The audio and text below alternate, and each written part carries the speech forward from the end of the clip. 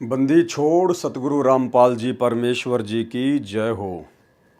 परमपिता परमात्मा, सारी सृष्टि के रचनहार, कुल मालिक, असंख्य ब्रह्मांडों के स्वामी, जगत गुरु, तीनों लोकों में प्रवेश करके सबका भरण पोषण करने वाले, राजाधिराज, आत्माधार, नाथों के नाथ, देवों के देव महादेव, सर्वेश्वर महेश्वर, मृत्युंजय, अजरो अमर, आदि अनादि सनातनी प्रभु, जगत पिता जगदीश्वर, श्री श्री 1008 की उपाधि के वास्तविक अधिकारी, अकाल मूरत सौद स्वरूपी राम वासुदेव, सर्वगतम ब्रह्म, परम पूजे, प्रथम पूजे, परम संत, परम पुरुष, परम धनी, परम दयालु, सत्य कबीर, हक्का कबीर, अल्लाहु कबीर, अल्लाहु अकबर, बाखबर, अल्लाह ताला, जगत के तारणहार, जगत के मुक्तिदाता, जगत के जगन्नाथ, हारे के सहारे, हिंदुओं के राम, मुसलमानों के अल्लाह, सिखों के वाहिगुरु, ईसाइयों के मसीह, दया के सागर दयानिधि, करुणा के सागर करुणानिधि, स्वयंभू परिभू, संकट मोचन, कष्ट हरण, मंगल करण, दुख भंजन, अविगत कबीर,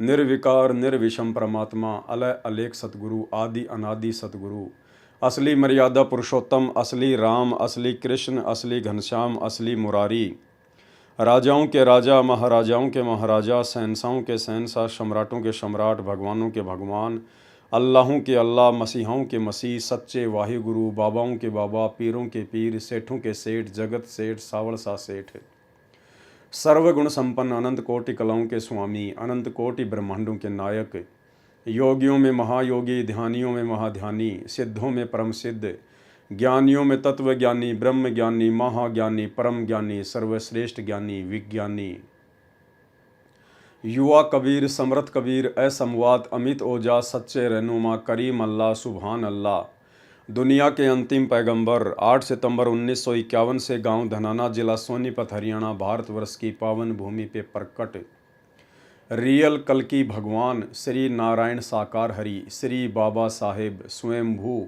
संत शिरोमणि सतगुरु रामपाल जी परमेश्वर जी के चरण कमल में साध संगति से देश विदेश से जुड़े हुए हम सभी सत्सेवक भाई बहनों का अनंत कोटि दंडवत प्रणाम। सत्साई भाई और बहनों, बहुत बड़ी दया परमपिता परमेश्वर, सर्व सृष्टि के रचनहार, उत्पत्ति करता सतगुरु रामपाल जी परमेश्वर जी की, जिनके विशेष आशीर्वाद से, जिनकी वीआईपी कृपा से आप और हम सभी सत्सेवक भाई बहन जो साध संगति से जुड़े हुए हैं, अपने आत्म कल्याणार्थ इस भक्ति मार्ग में गुरुदेव भगवान के तत्व ज्ञान को आधार बनाकर उन्हीं के चरण कमलों में दृढ़ता के साथ में लगे हुए हैं। भाई और बहनों, सृष्टि रचना के माध्यम से करोथा कांड और बरवाला कांड के रहस्य उजागर हो रहे हैं। वो अनसुनी सच्चाई जो आज तक आपने नहीं सुनी, आज तक आपको किसी ने नहीं बताई, अब साध संगति के माध्यम से और प्रमाणित तथ्यों के आधार पर, पुस्तकों में लिखी बातों के आधार पर, स्वयं उन भक्तों के वीडियो के आधार पर और स्वयं सतगुरु रामपाल जी परमेश्वर जी के मुख कमल से सर्व परमाणु सहित आप जी करोथा कांड और बरवाला कांड का अनसुना रहस्य जान पा रहे हैं, समझ पा रहे हैं। भाई और बहनों, ये सभी जानकारियां बहुत ही आवश्यक है, क्योंकि इन जानकारियों के अभाव में आप और हम कभी भी काल के षड्यंत्र का शिकार हो सकते हैं।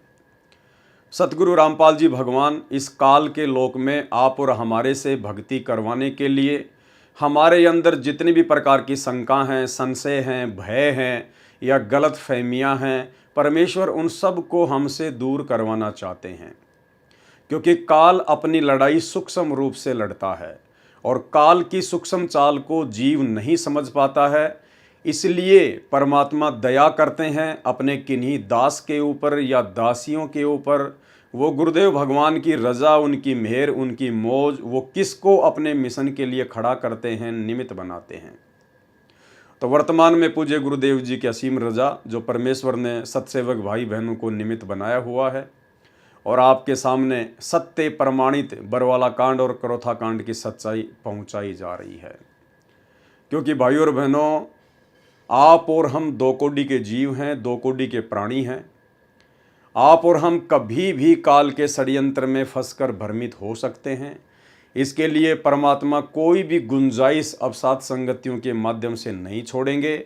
आने वाले 1000 वर्ष तक जो परमेश्वर का मार्ग निर्बाध रूप से चलने वाला है, उस मार्ग में परमेश्वर की आत्मा किसी भी प्रकार से काल के षड्यंत्र का शिकार ना बन सकें।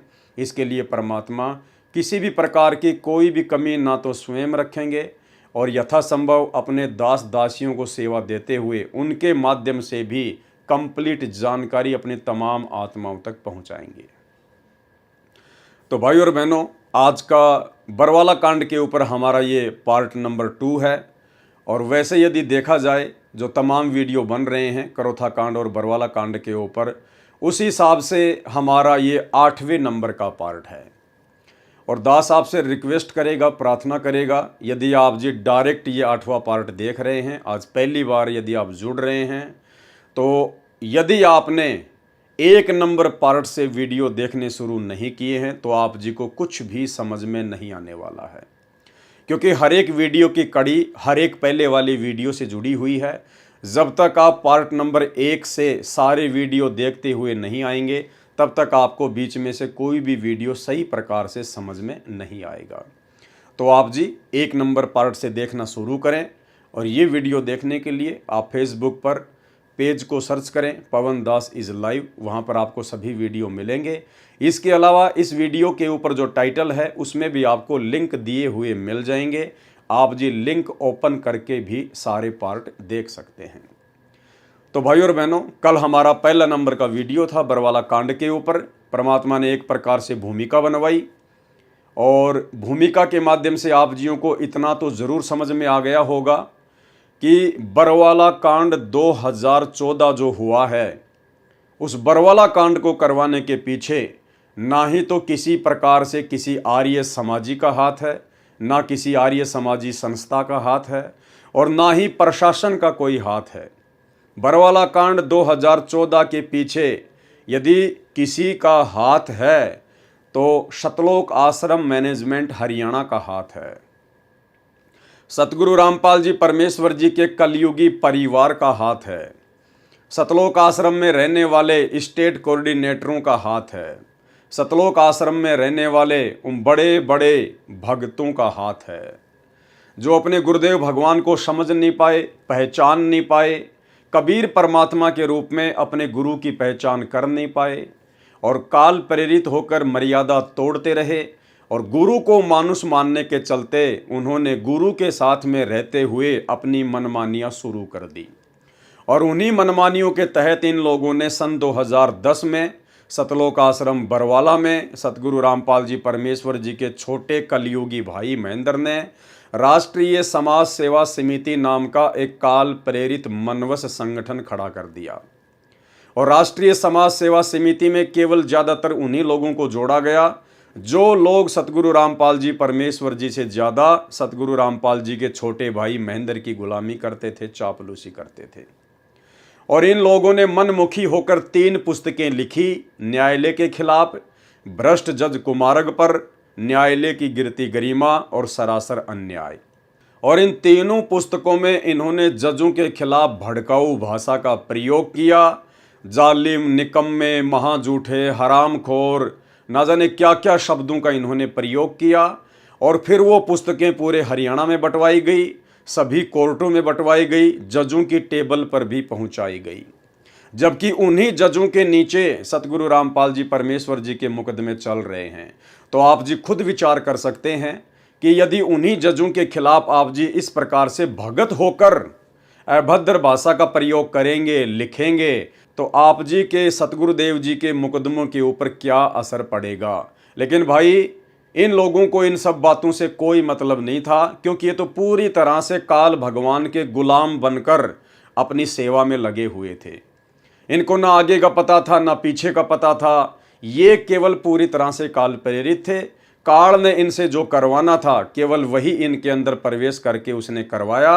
यानी सीधा सीधा अपन कह सकते हैं कि जजों को भड़काकर काल का काम सतलोक आश्रम मैनेजमेंट हरियाणा के माध्यम से केवल एक ही था कि बरवाला कांड करवाया जाए, इस संत को बदनाम करवाया जाए, इस संत के भगतों को तोड़ा जाए। और वो काम उस काल ने बखूबी गुरुदेव के पूरे मैनेजमेंट को निमित्त बनाकर करवा दिया। उसके बाद बरवाला कांड हो जाता है। पूज्य गुरुदेव भगवान निर्दोष होते हुए भी अपने ही सतलोक आश्रम मैनेजमेंट हरियाणा की नादानी, नासमझी, अज्ञानता और अहंकार के चलते उन लोगों ने जो बरवाला कांड जैसी घटना को प्रशासन के साथ पंगा लेके जो जन्म दिया, उसी बरवाला कांड के चलते सतगुरु रामपाल जी भगवान को फिर जेल जाना पड़ा। उनके ऊपर मर्डर का मुकदमा लगा, देशद्रोह का मुकदमा लगा और फिर आगे चलकर अपने ही भक्तों की गलतियों के चलते सतगुरु रामपाल जी परमात्मा को देशद्रोह के मुकदमे में डबल आजीवन उम्र कैद की सज़ा मिली।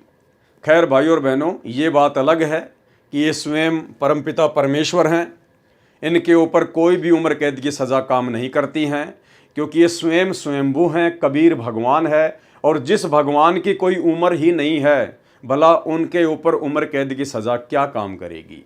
खैर ये सब तो आने वाले समय में पूरी दुनिया को पता चलेगा, पूरी दुनिया देखेगी। वर्तमान में तो लोग इन बातों पर यकीन नहीं करेंगे।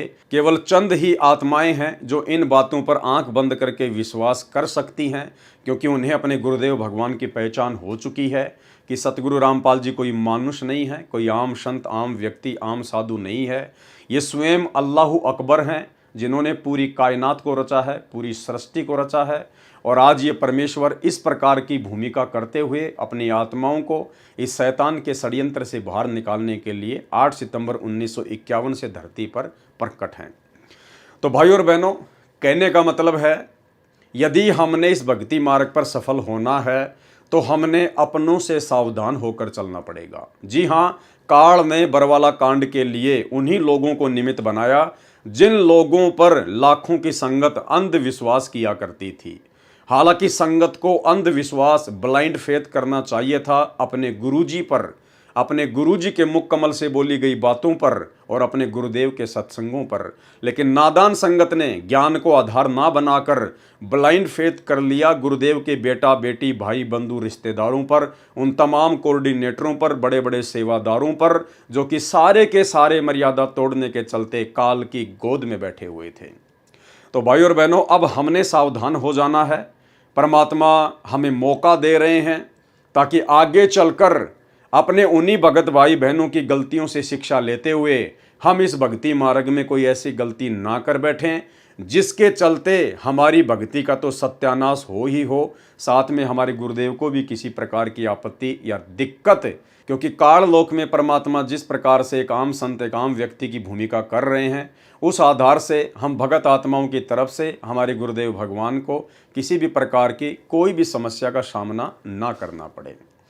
तो भाइयों और बहनों, आज हमारा ये दूसरा पार्ट है। आपने बहुत ही ध्यान से इन चीज़ों को समझना है और दास आपसे फिर से रिक्वेस्ट करेगा, फिर से आपसे प्रार्थना करेगा, यदि आपने 1 नंबर पार्ट से वीडियो देखने शुरू नहीं किए हैं तो आपको ज़रूर देखने चाहिए, अन्यथा आपको 5 नंबर पार्ट तो ज़रूर देखना चाहिए, क्योंकि 5 नंबर पार्ट में गुरुदेव भगवान ने स्वतंत्र कर्मों का जिक्र किया है।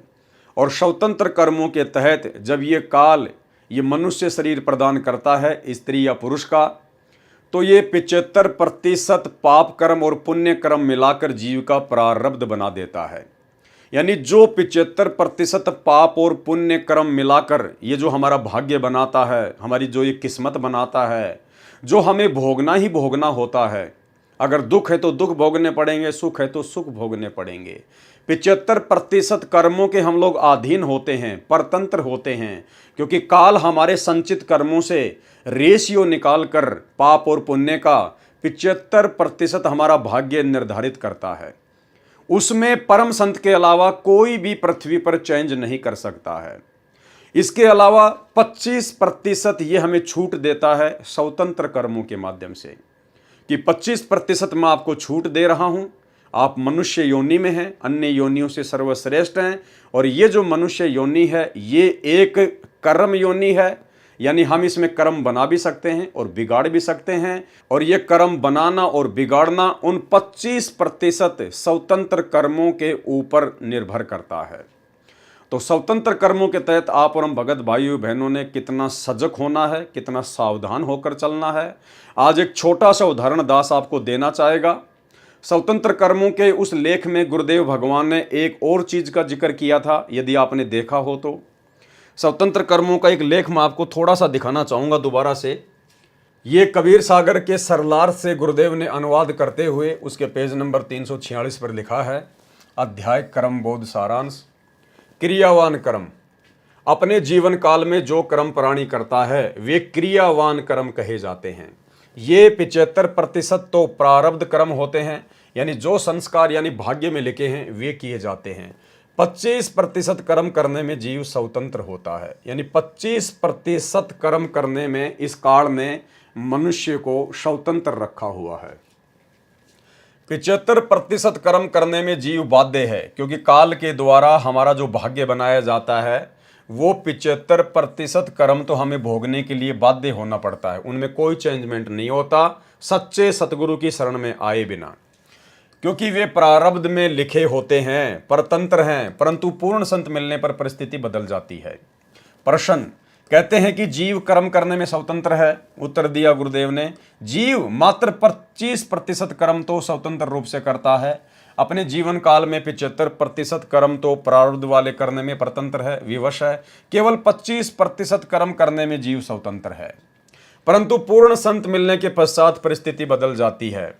अब क्या है जो मेन पॉइंट है भाइयों और बहनों, वो हमने देखना है। फिर क्या बताया गुरुदेव भगवान ने, प्रारब्ध में सुसंगत तथा कुसंगत भी लिखी होती है। स्वतंत्र कर्म तो हैं जिनके माध्यम से हम अपने कर्म बना भी सकते हैं, बिगाड़ भी सकते हैं। एक और महत्वपूर्ण बात गुरुदेव भगवान ने लिखी है कि जीव के भाग्य में यानी उसकी किस्मत में, उसके प्रारब्ध में सुसंगत यानी अच्छी संगत तथा कुसंगत यानी बुरी संगत भी लिखी हुई होती है। अब ये कुसंगत क्या है, सुसंगत क्या है, और वर्तमान में भक्ति मार्ग में इसका कितना बड़ा योगदान है, और कहां कहां जीव इसका फायदा उठा रहे हैं और कहां कहां जीव हानि उठा रहा है। आज एक पीला पर्चा सतलोक आश्रम मैनेजमेंट हरियाणा की तरफ से निकाला गया है। पीला पर्चा दास आपको दिखाना चाहेगा। ये पीला पर्चा है, सत साहेब जय बंदी छोड़ की सतगुरुदेव की जय। दिनांक 29 सितंबर 2024, समय 8:20।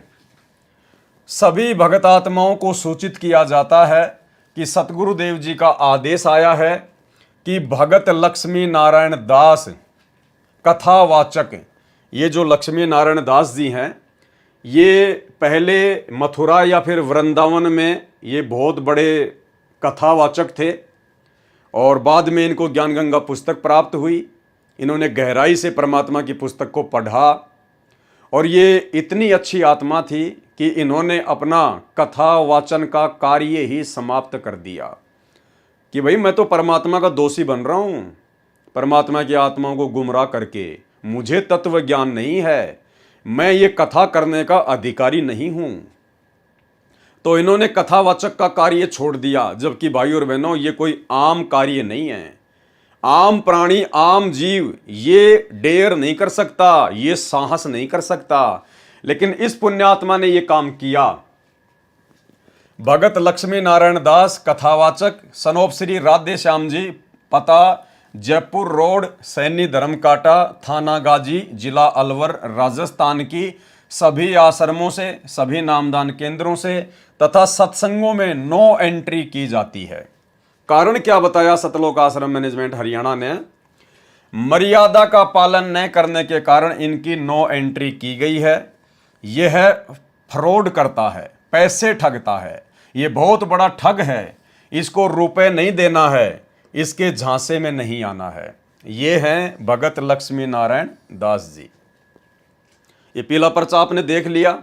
एक छोटा सा इंटरव्यू भी मैं आपको भगत लक्ष्मी नारायण दास जी का दिखाता हूं, जो कि इन्होंने सतलोक आश्रम धनाना में अपना इंटरव्यू दिया था। सुनिए। नमस्कार जी। नमस्कार जी। आपका शुभ नाम क्या है जी? मेरा शुभ नाम है, वैसे पहले तो लोग, अब तो लक्ष्मी नारायण दास पड़ गया है, और पड़ गया क्या, दास ही हो गया ये मान लीजिए आप। लेकिन पहले जो लोग जानते थे वो परम श्रद्धेय श्री लक्ष्मी नारायण जी महाराज जी के नाम से जानते थे, क्योंकि मैं कथावाचक हूँ।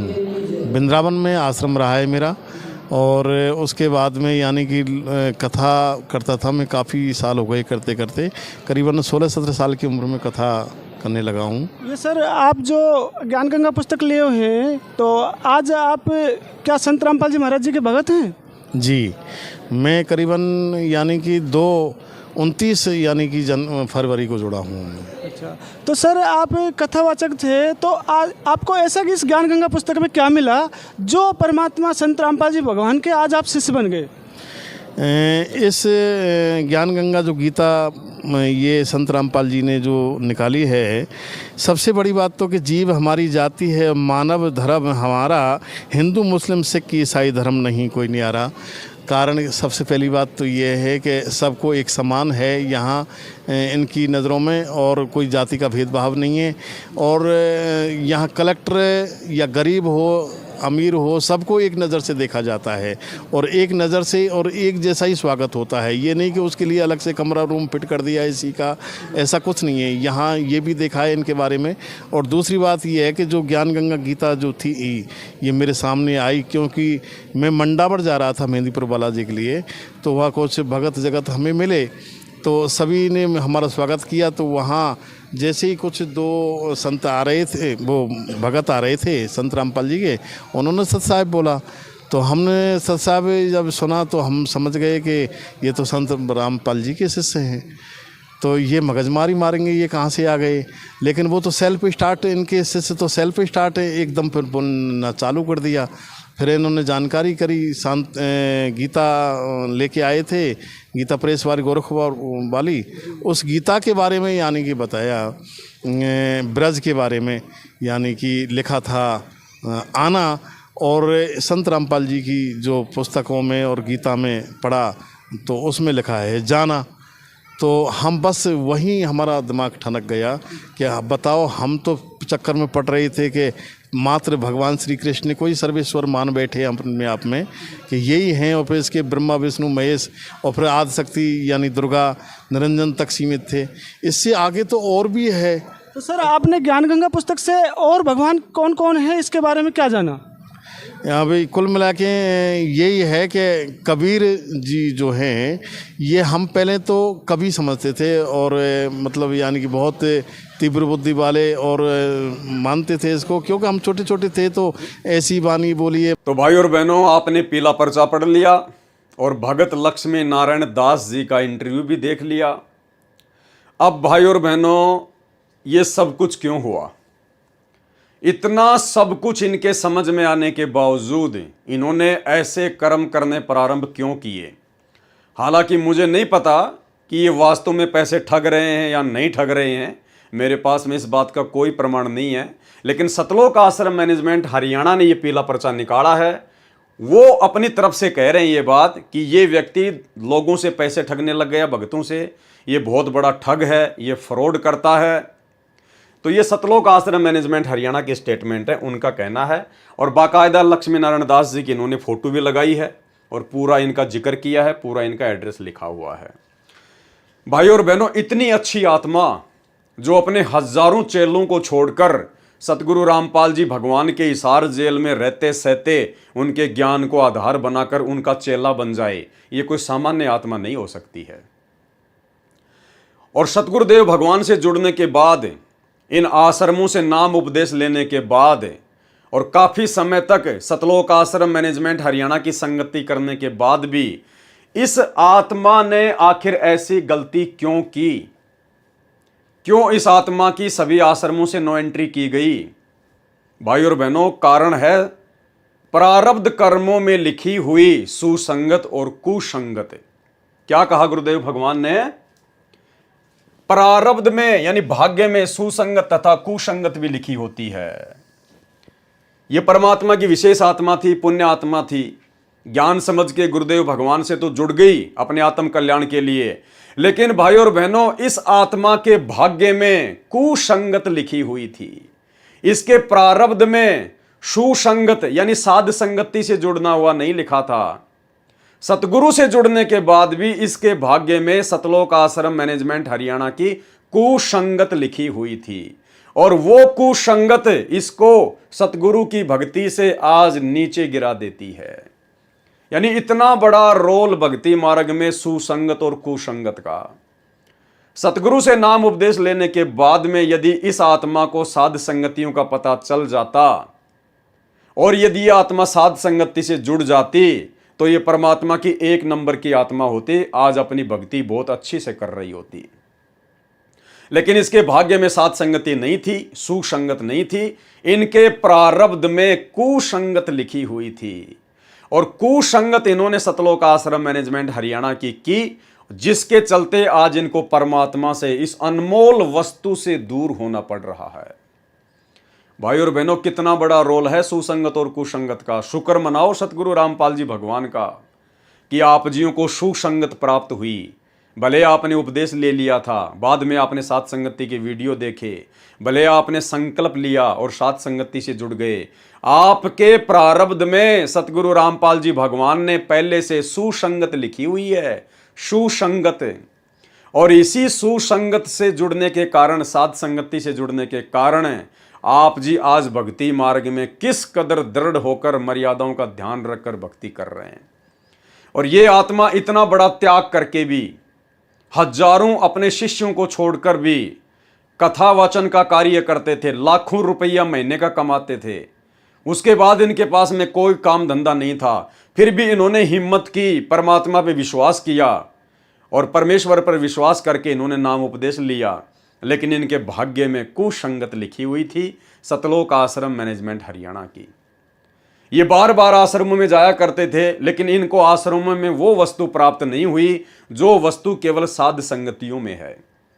ना इनकी शंकाओं का समाधान हुआ, क्योंकि मन में बहुत सारे प्रश्न, बहुत सारे सवाल खड़े होते हैं जब हम गुरुदेव भगवान के सत्संग सुनना शुरू करते हैं।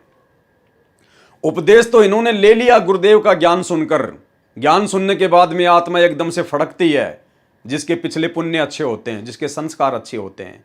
तो नाम तो इसने जल्दबाजी में ले लिया, जोश जोश में ले लिया थोड़ा बहुत ज्ञान सुन के, लेकिन उसके बाद में जब ये काल मन में शंकाएं पैदा करता है, सत्संग सुनते जाओगे मन में शंकाएं पैदा होती जाएंगी, ऐसा क्यों, ऐसा क्यों, ये क्यों, वो क्यों। उन सब बातों का जवाब इस भाई को सतलोक आश्रम मैनेजमेंट हरियाणा में नहीं मिला, क्योंकि वहां कोई ज्ञान चर्चा नहीं होती, उन आश्रमों में कोई ज्ञान चर्चा नहीं होती, कोई साध संगति नहीं होती, कोई शंका समाधान नहीं होता। और इसने देखा कि यार ये हो क्या रहा है, संत रामपाल जी का ज्ञान तो कुछ कह रहा है और इन आश्रमों में ये लोग क्या कर रहे हैं, संत रामपाल जी का परिवार क्या कर रहा है। और इन्होंने फिर विचार किया ठंडे दिमाग से कि यार जो काम लोगों को भगवान की आड़ में ठगने का मैं किया करता था, अरे वही का वही काम तो गुरुजी का परिवार भगवान की आड़ में, अपने गुरुजी की आड़ में, ज्योति और पाठ के नाम पर, दान के नाम पर, जमीन के नाम पर गुरुजी का परिवार संगत से कर रहा है। फिर मेरे इसमें अंतर क्या था। तो इसने सोचा कि मैंने कथावचन का काम क्यों छोड़ा। भाई मैं भी तो दुनिया को भगवान के नाम पे ठग रहा था, और संत रामपाल जी का परिवार भी दुनिया को भगवान के नाम पे ठग रहा है, ज्योति और पाठ के नाम पे ठग रहा है, दान धर्म के नाम पे ठग रहा है, जबकि हम दोनों तो बराबर के हैं। संत रामपाल जी का परिवार भी उनका भगत है और इन्होंने सोचा कि मैं भी संत रामपाल जी का भगत हूं, तो हम तो आपस में भगत भाई हो गए। तो जब ये भगत भाई गुरुजी के आदेश की आड़ में ठग सकते हैं, गुरुजी के नाम की आड़ में अपने ही भाइयों को ठग सकते हैं, तो मैं क्यों नहीं कर सकता ये शुभ काम। ये तो मैं पहले ना कर रहा था, मुझे वो काम छोड़ना नहीं चाहिए था। तो शायद इन्होंने वो काम फिर से शुरू कर दिया कुसंगत के कारण। तो आप जी समझ सकते हैं भाई और बहनों, परमात्मा का एक एक शब्द कितना इंपॉर्टेंट है। जो गुरुदेव ने जो स्वतंत्र कर्म हैं, जो कर्म बोध हैं, उसके अंदर जो लिखा है कि प्रारब्ध में सुसंगत तथा कुसंगत का भी असर पड़ता है। प्रारब्ध में सुसंगत तथा कुसंगत भी लिखी होती है।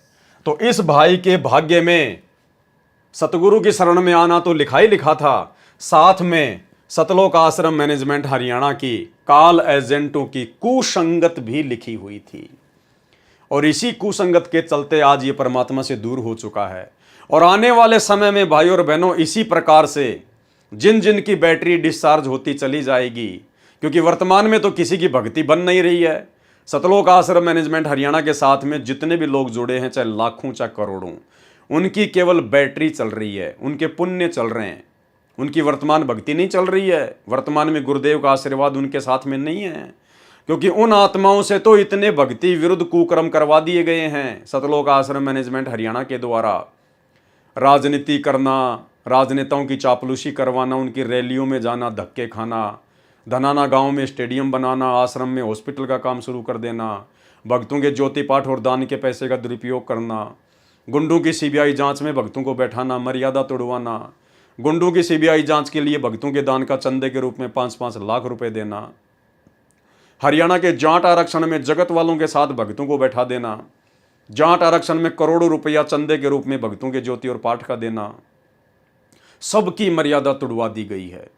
तो थोड़े बहुत दिनों में आप जियों के सामने आ जाएगा, ये जितने भी जो लोग जुड़े हुए आज इन आश्रमों में जा रहे हैं, ये सब अपने अपने घर पे बैठ जाएंगे।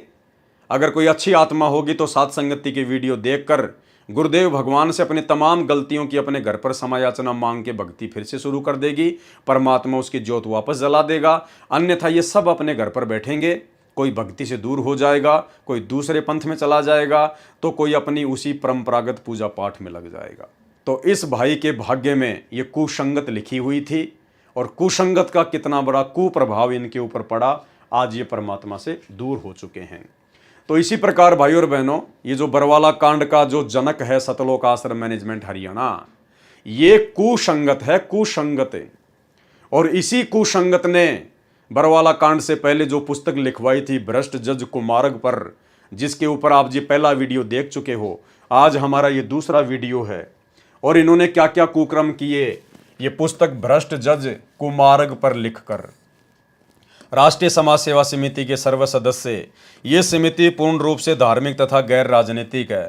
ये समिति कितनी गैर राजनीतिक है, ये मैंने आपको कल के वीडियो में अच्छे से उदाहरण देकर बता दिया, समझा दिया है। अब हम इस पुस्तक पर आगे बढ़ेंगे और देखेंगे कि और क्या क्या गलतियां सतलोक आश्रम मैनेजमेंट हरियाणा ने गुरुदेव भगवान के आश्रम में रहते सहते की, क्या क्या इन्होंने मनमानियां की। तो कल के वीडियो में आपने यहां तक पढ़ लिया था, देख लिया था कि किस प्रकार से हरियाणा का पूर्व मुख्यमंत्री भूपेंद्र सिंह हुड्डा, उसने अपनी कुर्सी को बचाए रखने के लिए और किस प्रकार से धोखा किया, फ्रॉडबाजी की। और सतलोक आश्रम मैनेजमेंट हरियाणा फिर 2019 में उसी भूपेंद्र सिंह हुड्डा को दोबारा से मुख्यमंत्री बनाने के लिए गुरुदेव भगवान के नाम की आड़ में पीले पर्चे निकाल के संगत की मर्यादा तोड़वाता है, हरियाणा की संगत से भूपेंद्र सिंह हुड्डा को वोट डलवाता है, उसका समर्थन करवाता है। जब इस कंस भूपेंद्र सिंह हुड्डा की कोई दाढ़ नहीं गली, पृथ्वी छोटी हो गई, उस समय उसी महापुरुष के चरणों में अर्ज लगाई, जिसके साथ सन 2006 से ही दुश्मन जैसा बर्ताव करता आ रहा था। खुद लिख रहे हैं राष्ट्रीय समाज सेवा समिति वाले, सतलोक आश्रम मैनेजमेंट हरियाणा वाले, भ्रष्ट जज कुमारग नामक इस पुस्तक में कि भूपेंद्र सिंह हुड्डा ने संत रामपाल जी के साथ में दुश्मन जैसा बर्ताव किया था। अरे तो भैया, उसी दुश्मन को तूने 2019 में वोट क्यों डलवाए? उसी दुश्मन के आप सतलोक आश्रम मैनेजमेंट हरियाणा वालों ने गुरुदेव के जेल जाने के बाद में उसका सपोर्ट करवा के, उसको वोट डलवा के आप लोगों ने उसके तलवे क्यों चाटे? आप अपने गुरुजी के पक्ष में हो या फिर विपक्ष में हो? असल में गुरुद्रोही कौन हुआ? जो अपने गुरुजी के दुश्मन का सपोर्ट कर रहा है 2019 में, तो असल गुरुद्रोही कौन हुआ? सतलोक आश्रम मैनेजमेंट हरियाणा। ये इन्हीं के हाथों से लिखी हुई पुस्तक है भाई और बहनों, दास केवल आपको पढ़ के दिखा रहा है। उस समय इस व्यक्ति ने जीभ निकाल रखी थी, मध्यस्थता करने वाले पूर्व केंद्रीय मंत्री जयप्रकाश के माध्यम से कहा कि मेरी सर्व गलतियां माफ करें, मैं भ्रमित था, आज मेरी आंखें खुल गई हैं, मुझे भले बुरी की पहचान हो गई है। ये तो राजनेताओं के डायलॉग होते हैं, झूठ पे झूठ बोलना, ये तो उनके डायलॉग होते हैं। आज तक जितने भी मुकदमे बनाए हैं सभी वापस लेकर समाप्त कर दूंगा, मेरी रक्षा करें। पहले तो आश्रम के मोजिज भक्तों ने उस मध्यस्थता करने वाले को मना कर दिया कि इस व्यक्ति का नाम भी नहीं लेना हमारे सामने। ये देखो भाई और बहनों, ये मनमानियां हैं। देखो, जिस प्रकार से कोई आदमी एक नौकर अपॉइंटमेंट करता है कि भाई तू मेरे घर पर चपड़ासी की नौकरी करेगा, पियोन की नौकरी करेगा, गार्ड बन के काम करेगा, और वो व्यक्ति अंदर अपना काम कर रहा होता है, मालिक। अब पियोन का काम क्या है, गार्ड का काम क्या है? गेट पर कोई भी आता है, कोई भी समाचार लाता है, कोई भी संदेशा लाता है, तो गार्ड का काम केवल उसको वहीं से वापस कर देने का नहीं है। गार्ड केवल नौकर है, नौकर दास है, गुलाम है। उसका काम है जो भी संदेशा आया है किसी का भी, वो अपने मालिक तक पहुंचाए और मालिक का जो जवाब हो वो वापस उसको पहुंचाए। दास का केवल इतना ही काम होता है, नौकर का। जबकि भूपेंद्र सिंह हुड्डा ने अपने मीडिएटर के माध्यम से जब गुरुजी से माफ़ी मांगनी चाहिए, गुरुजी से मिलना चाहा, तो सतलोक आश्रम मैनेजमेंट हरियाणा के मोजिज भक्तों ने, यानी मुख्य भक्तों ने अपने आप ही सलाह मशवरा करके और मना कर दिया कि हम उस व्यक्ति से नहीं मिलना चाहते।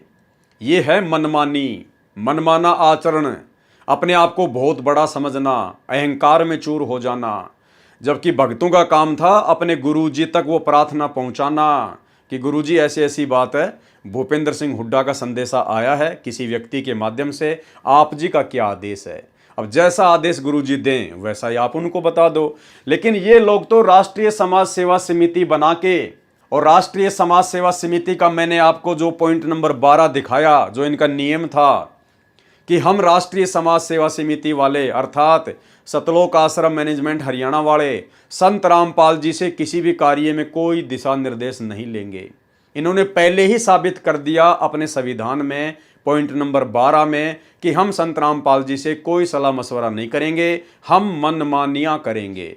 और उसी मनमानी के तहत इन्होंने संत रामपाल जी तक संदेशा नहीं पहुंचाया। पहले तो आश्रम के मोजिज भक्तों ने उस मध्यस्थता करने वाले को मना कर दिया कि इस व्यक्ति का नाम भी नहीं लेना हमारे सामने। इस दुष्ट व्यक्ति ने बिना मतलब एक देवता स्वरूप जनता के हितैषी संत को सताया है। इससे पूछो कि हमने तथा हमारे गुरुदेव जी ने इसका क्या बिगाड़ा है। बहुत विनय करने पर तथा विशेष भक्तों के माध्यम से प्रार्थना आने पर, उसके बाद जब बहुत ज्यादा विनय की गई, प्रार्थना की गई, तो जालिम भूपेंद्र सिंह हुड्डा की याचना गुरुदेव जी को बताई गई। उसके बाद में फिर कहीं जाकर गुरुदेव तक इन्होंने वो प्रार्थना पहुंचाई, किसकी? जालिम भूपेंद्र सिंह हुड्डा की। और उसी जालिम को इन्होंने 2019 में वोट डालकर अपना बालम बना लिया। फिर गुरुदेव भगवान ने क्या जवाब दिया? ये गुरुदेव भगवान का जवाब ध्यान रखना भाई और बहनों, आगे काम आएगा। गुरुदेव भगवान ने, अंतर्यामी गुरुदेव भगवान ने क्या जवाब दिया?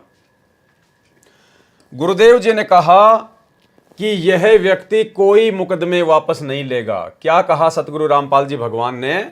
कि भाई ये व्यक्ति भूपेंद्र सिंह हुड्डा कोई मुकदमे वापस नहीं लेगा, ये झूठ बोल रहा है, ये डेढ़ शाना बन रहा है अपनी सरकार बचाए रखने के लिए, ये कोई मुकदमे वापस नहीं लेगा। ये व्यक्ति कोई मुकदमे वापस नहीं लेगा क्योंकि इसके भाग्य में भलाई नहीं है। ध्यान रखना भाई और बहनों, ये लाइन आगे काम आएगी। ये व्यक्ति कोई मुकदमे वापस नहीं लेगा क्योंकि इसके भाग्य में भलाई नहीं है। परमात्मा ने इसका भाग्य बता दिया, इसका प्रारब्ध बता दिया, इसकी किस्मत बता दी कि भूपेंद्र सिंह हुड्डा के भाग्य में भलाई नहीं है। जैसा कि टीवी चैनलों पर चल रही खबरों से पता चलता है कि वे दुष्ट लोग डटकर सड़क पर बैठ गए हैं, आश्रम खाली कराने की जिद कर रहे हैं। यानी करोथा कांड के समय की बातें हो रही हैं। आश्रम पर मिलिट्री आ चुकी है। ये आर्य समाजी आचार्य जनता का नाश करना चाहते हैं तथा अन्य पार्टी वाले अपने राजनीतिक दुश्मन श्री भूपेंद्र सिंह हुड्डा को पद से हटाना चाहते हैं। इसलिए ये मासूम लोगों को मरवाना चाहते हैं जो इनके गंदे मंसूबों से परिचित नहीं है। आश्रम सर्वोच्च न्यायालय के आदेश से मिला है, किसी भी कीमत पर खाली नहीं कराया जा सकता। वहां पर लाशें बिछ जाएंगी। मेरी आत्मा नहीं मानती कि वहां नरसंहार हो। ऐसे आश्रम का आप क्या करोगे? इसलिए जनहित में आश्रम खाली कर देना उचित है। सरकार से वायदा कराएं कि आश्रम की सुरक्षा मिलिट्री को सुपुर्द करें। तत्कालीन मुख्यमंत्री भूपेंद्र सिंह हुड्डा ने यह शर्त मंजूर कर ली। गुरुदेव भगवान की यह शर्त उसने मंजूर कर ली अपनी सरकार बचाए रखने के लिए। आश्रम खाली कर दिया गया। तब उस कंस भूपेंद्र की सरकार बची। 2013 की बात है ये। 12 मई 2013 से 26 अक्टूबर 2014 तक 1.5 वर्ष का इस कृतगनी को राज्य हमारे सतगुरुदेव जी का बख्शा हुआ था। उसके पश्चात आगे क्या लिख रहे हैं सतलोक आश्रम मैनेजमेंट हरियाणा वाले भूपेंद्र सिंह हुड्डा के विषय में? उसके पश्चात यह कृतगनी व्यक्ति भूपेंद्र सिंह हुड्डा आश्रम में संत जी का धन्यवाद करने भी नहीं आया। यानी 2013 में गुरुदेव ने भूपेंद्र सिंह हुड्डा की याचना पर, उसकी प्रार्थना पर कि साहब मेरी सरकार गिर जाएगी, आश्रम तो मैं खाली करा नहीं सकता आप लोगों से, क्योंकि आपको जो है सुप्रीम कोर्ट से मिला है। अब अगर मेरी सरकार आप जी बचा सकते हो तो बचा दीजिए। उधर से आर्य समाजी मुझे परेशान कर रहे हैं, दुखी कर रहे हैं। आप जी करोथा आश्रम को खाली कर दीजिए ताकि आर्य समाजी भी खुश हो जाएं और मेरी सरकार बची की बची रह जाए। तो गुरुदेव भगवान ने कहा कि ठीक है, जा, तेरे को माफ़ किया। गुरुदेव ने आश्रम खाली करवा दिया, इसकी सरकार बच गई। उसके बाद सतलोक आश्रम मैनेजमेंट हरियाणा कह रहा कि ये कृतघ्नी व्यक्ति उसके बदले सतगुरु रामपाल जी भगवान का धन्यवाद करने के लिए आश्रम में भी नहीं आया। उसके पश्चात यह कृतघ्नी व्यक्ति भूपेंद्र सिंह हुड्डा आश्रम में संत जी का धन्यवाद भी करने नहीं आया। कब की बात है? 2013 की। अरे तो भैया, ऐसे कृतघ्नी आदमी को जब आप जानते थे, पहचानते थे, आपको पता था, 2013 की ये बात है, फिर 2019 में तुमने उसी कृतघ्नी व्यक्ति भूपेंद्र सिंह हुड्डा को संगत से वोट क्यों डलवाए? पीले पर्चे निकाल निकाल के, गुरुजी का ही आदेश बता बता के तुमने संगत से इस भूपेंद्र सिंह हुड्डा का समर्थन क्यों करवाया? ऐसे कंस और कृतघ्नी व्यक्ति का तुम्हारे शब्दों में। तो बताओ फिर गुरुजी का सबसे बड़ा दुश्मन कौन हुआ? सतलोक आश्रम मैनेजमेंट हरियाणा। गुरुजी का परिवार जो गुरुजी के सबसे बड़े दुश्मन को 2019 में सपोर्ट कर रहा है। जबकि 13 मई 2014 को मध्यस्थता कराने वाला सीधा भूपेंद्र सिंह हुड्डा से बातें कर रहा था। 3 दिन तक ये सो नहीं पाया था। भगत सुन रहे थे कि वह कह रहा था कि एक बार मेरे गले से फांसी निकलने दो, इस समस्या का हल हो जाने दो, मैं आश्रम में आऊंगा, कहो तो आज रात को ही आ जाऊं। गरज निकली बच्चा सुखी, काम बना तो किसी की जरूरत कृतघ्नी व्यक्ति को नहीं होती। 18 मई 2013 को मध्यस्थता कराने वाले पूर्व केंद्रीय मंत्री श्री जयप्रकाश जी ने कहा कि मैं तो वायदा करता हूं, उसे पूरा करता हूं। मेरे सामने जो वादा मुख्यमंत्री जी ने किया है, मैं आपकी मीटिंग मुख्यमंत्री तत्कालीन से कराऊंगा।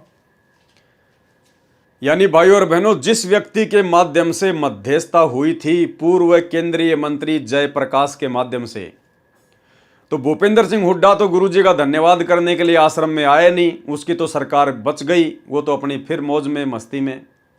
लेकिन जिस व्यक्ति ने मीडिएटर की भूमिका निभाई थी पूर्व केंद्रीय मंत्री जयप्रकाश ने, उस व्यक्ति ने सतलोक आश्रम में फोन किया महेंद्र के पास में, और उसने कहा कि मैं अपना वादा निभाऊंगा, मैं आप सतलोक आश्रम वालों की मीटिंग दिल्ली में भूपेंद्र सिंह हुड्डा के आवास पर करवाऊंगा। और ये सतलोक आश्रम मैनेजमेंट हरियाणा वाले मुख्य भगत, उसी कंस जालिम, इन्हीं के शब्दों में, उसी कंस कृतघ्नी जालिम व्यक्ति भूपेंद्र सिंह हुड्डा के घर पर दिल्ली में उसके साथ मीटिंग करने के लिए सतलोक आश्रम से चले जाते हैं। देखो भाई और बहनों, कितना बेबुद्धि का काम है। अरे आना चाहिए था उस आदमी ने आश्रम में, क्योंकि गुरुजी ने उसकी सरकार बचाई। धन्यवाद करने के लिए आना तो चाहिए था भूपेंद्र सिंह हुड्डा को सतलोक आश्रम बरवाला में। भाई फिर ये लोग क्यों जा रहे हैं दिल्ली में? ये सतलोक आश्रम मैनेजमेंट हरियाणा वाले दिल्ली में क्यों जा रहे हैं उसे मीटिंग करने? तुम्हारा क्या स्वार्थ था? लेकिन भाई और बहनों, ये भी पूरी तरह से राजनीतिक व्यक्ति, वो भी राजनीतिक, सतलोक आश्रम मैनेजमेंट हरियाणा भी राजनीतिक, ये राष्ट्रीय समाज सेवा समिति वाले भी राजनीतिक, टोटल अपनी मनमानियां करते थे। इनको क्या आवश्यकता थी दिल्ली जाने की, उस व्यक्ति से मीटिंग करने की? तुम्हारा क्या स्वार्थ था? और कौन कौन व्यक्ति गए भाई और बहनों, देखना। मैं आपकी मीटिंग मुख्यमंत्री तत्कालीन से कराऊंगा। श्री भूपेंद्र सिंह हुड्डा जी से 18 मई 2013 को उसके दिल्ली निवास पर आश्रम के 1 नंबर भगत कौन? भगत महेंद्र दास जी, यानी सतगुरु रामपाल जी का छोटा कलयुगी भाई, गुरुजी के भाई।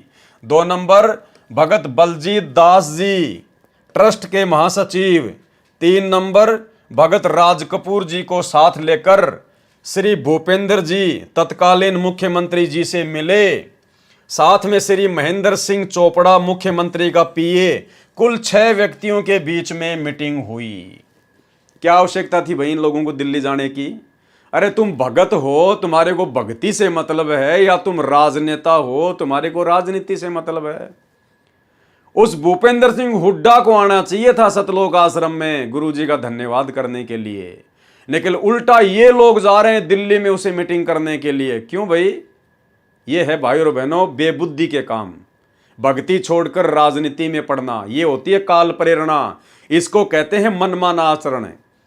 क्योंकि इन्हीं राष्ट्रीय समाज सेवा समिति वालों ने जब राष्ट्रीय समाज सेवा समिति बनाई तो दास ने आपको दिखाई दिया उसका पॉइंट नंबर 12, जिसमें इन्होंने साफ साफ लिखा है कि हम राष्ट्रीय समाज सेवा समिति वाले संत रामपाल जी से किसी भी कार्य में कोई दिशा निर्देश नहीं लेंगे।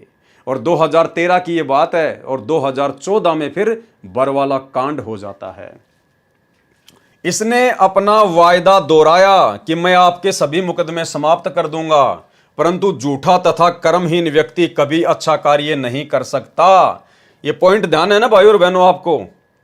जब ये लोग दिल्ली गए मीटिंग करने आश्रम वाले, तो भूपेंद्र सिंह हुड्डा ने कहा कि मैं वायदा करता हूं कि आपके सभी मुकदमे हटा दूंगा, लेकिन उसके बाद भी उसने कोई मुकदमे नहीं हटाए। उसके बाद ये सतलोक आश्रम वाले क्या लिख रहे हैं? परंतु झूठा तथा कर्महीन व्यक्ति कभी अच्छा कार्य नहीं कर सकता। झूठा तथा कर्महीन व्यक्ति कभी भी अच्छा कार्य नहीं कर सकता। अरे ये बात तो तुम्हारे को गुरुजी ने पहले ही बोल दिया था। अरे ये बात तो 2013 में तुम्हारे को गुरुजी ने बोल दिया था, जब तुम गुरुजी के सामने उसकी प्रार्थना लेके गए थे, मोजिज मोजिज भगत।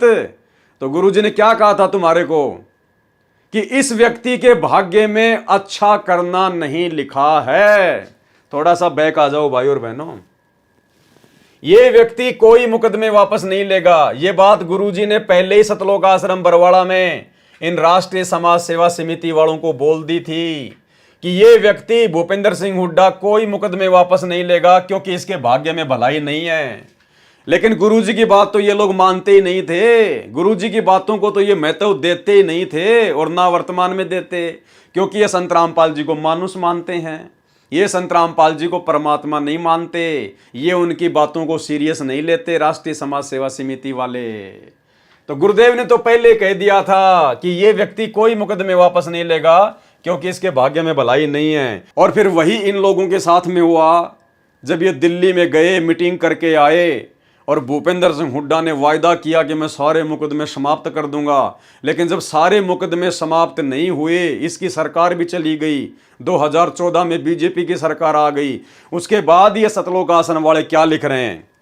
इसने अपना वायदा दोहराया कि आपके सर्व मुकदमे समाप्त कर दूंगा, परंतु झूठा तथा कर्महीन व्यक्ति कभी अच्छा कार्य नहीं कर सकता। क्यों भैया? गुरुजी की बातों पे यकीन कर लेते और दिल्ली मीटिंग करने ना जाते तो तुम्हारा समय बचता, तुम्हारा पैसा बचता, तुम्हारी मर्यादा बचती। लेकिन तुम लोग गुरुजी को तो परमात्मा मानते ही नहीं। गुरुजी को तो गुरु ही नहीं मानते तुम, परमात्मा तो बहुत दूर की बात है। ये है भाई और बहनों मनमानिया, मनमानिया। एक समय सतलोक आश्रम बरवाड़ा में करोथा कांड के मुकदमों के सिलसिले में दिल्ली से एक भगत है जो वकील भी है, सुरेश। वो उन्हीं मुकदमों के सिलसिले में जम्मू कश्मीर गया हुआ था। गर्मी का महीना था, दुखी होके आश्रम में आया, क्योंकि ये सतलोक आश्रम मैनेजमेंट वाले उसका कोई विशेष सपोर्ट नहीं कर रहे थे। तो जब वो सतलोक आश्रम बरवाड़ा में आया तो सतगुरु रामपाल जी भगवान हॉल में बैठे हुए थे चेयर पर, कुछ एक भगत उनके पास में थे, और वहीं पर ये महेंद्र रामनिवास छावड़ा और ये मुख्य जो भगत थे, रामकुमार ढाका, बलजीत वगैरह, ये सारे वहीं बैठे हुए थे। एक भगत उनके चरणों की सेवा कर रहा था कोई। इतने में सुरेश जी आ जाते हैं, गुरुदेव को दंडवत प्रणाम करते हैं और दुखी मन से वहीं उनके चरणों में बैठ जाते हैं। और उसने कहा कि गुरुजी, ये जितने भी भगत खड़े हैं ना, ये महेंद्र की तरफ इशारा करके, बलजीत की तरफ, ढाका की तरफ, रामनिवास छावड़ा की तरफ है, उसने कहा कि गुरुजी ये आपको परमात्मा नहीं मानते। वो बेचारा दुखी हो रहा था, उसका कोई सपोर्ट वो कर नहीं रहे थे। तो उसने दुख ही दुख में कहा कि गुरुजी ये आपको परमात्मा नहीं मानते। तो गुरुजी खड़े हुए, घुटनों पर हाथ रखकर दुखी मन से, और चलते चलते बोले कि बेटा सुरेश, तू तो परमात्मा मानने की कह रहा है, ये तो मेरे को गुरु भी नहीं मानते, मेरे को गुरु भी नहीं मानते। तो भाई और बहनों, अगर ये संत रामपाल जी को अपना गुरु भी मानते, गुरु का मतलब होता है गुरु जो शिक्षा दे दे उसकी शिक्षा के ऊपर अमल करना, तो गुरुदेव ने तो इनको पहले कह दिया था कि ये भूपेंद्र सिंह हुड्डा कोई मुकदमे वापस नहीं लेगा और भाई इसके भाग्य में अच्छाई करना नहीं लिखा है। तो वहीं समझ जाना चाहिए था। फिर दिल्ली क्यों गए उसके घर पे मीटिंग करने के लिए? इसको कहते हैं गुरु को मानुस मानकर अपनी मनमानियां करना। और इन्हीं मनमानियों का नतीजा भाई और बहनों आगे चलकर इन्होंने जो भ्रष्ट जज कुमारक पर पुस्तक लिखी और कोर्टों में बंटवाई, जजों के खिलाफ अभद्र भाषा का प्रयोग किया, जिसके चलते जज भड़क गए और ये बर वाला कांड हुआ। परंतु झूठा तथा कर्महीन व्यक्ति कभी अच्छा कार्य नहीं कर सकता। आजकल करते करते जुलाई 2014 आ गई, कुछ नहीं किया। अरे तो अंतर्यामी ने तो पहले बता दिया था भाई। 12 जुलाई 2006 में इस दुष्ट का इरादा संत रामपाल दास जी महाराज को मरवाने तथा आश्रम तहस नहस करने का था। ध्यान से पढ़ना भाई और बहनों, कोई जल्दबाजी नहीं है। परमात्मा कहते हैं वाणी ही से पहचानिए कुटिल नीत की घात। यानी जिस व्यक्ति के अंदर कुटिलता भरी हो, छल कपट भरा हो, तो गुरुदेव कहते हैं उसकी पहचान कैसे होगी? वाणी ही से पहचानिए, उसके मुख से निकले शब्दों से पहचान होती है। जैसे इन्होंने अपने कर कमलों से ये पुस्तक लिखी है राष्ट्रीय समाज सेवा समिति वालों ने।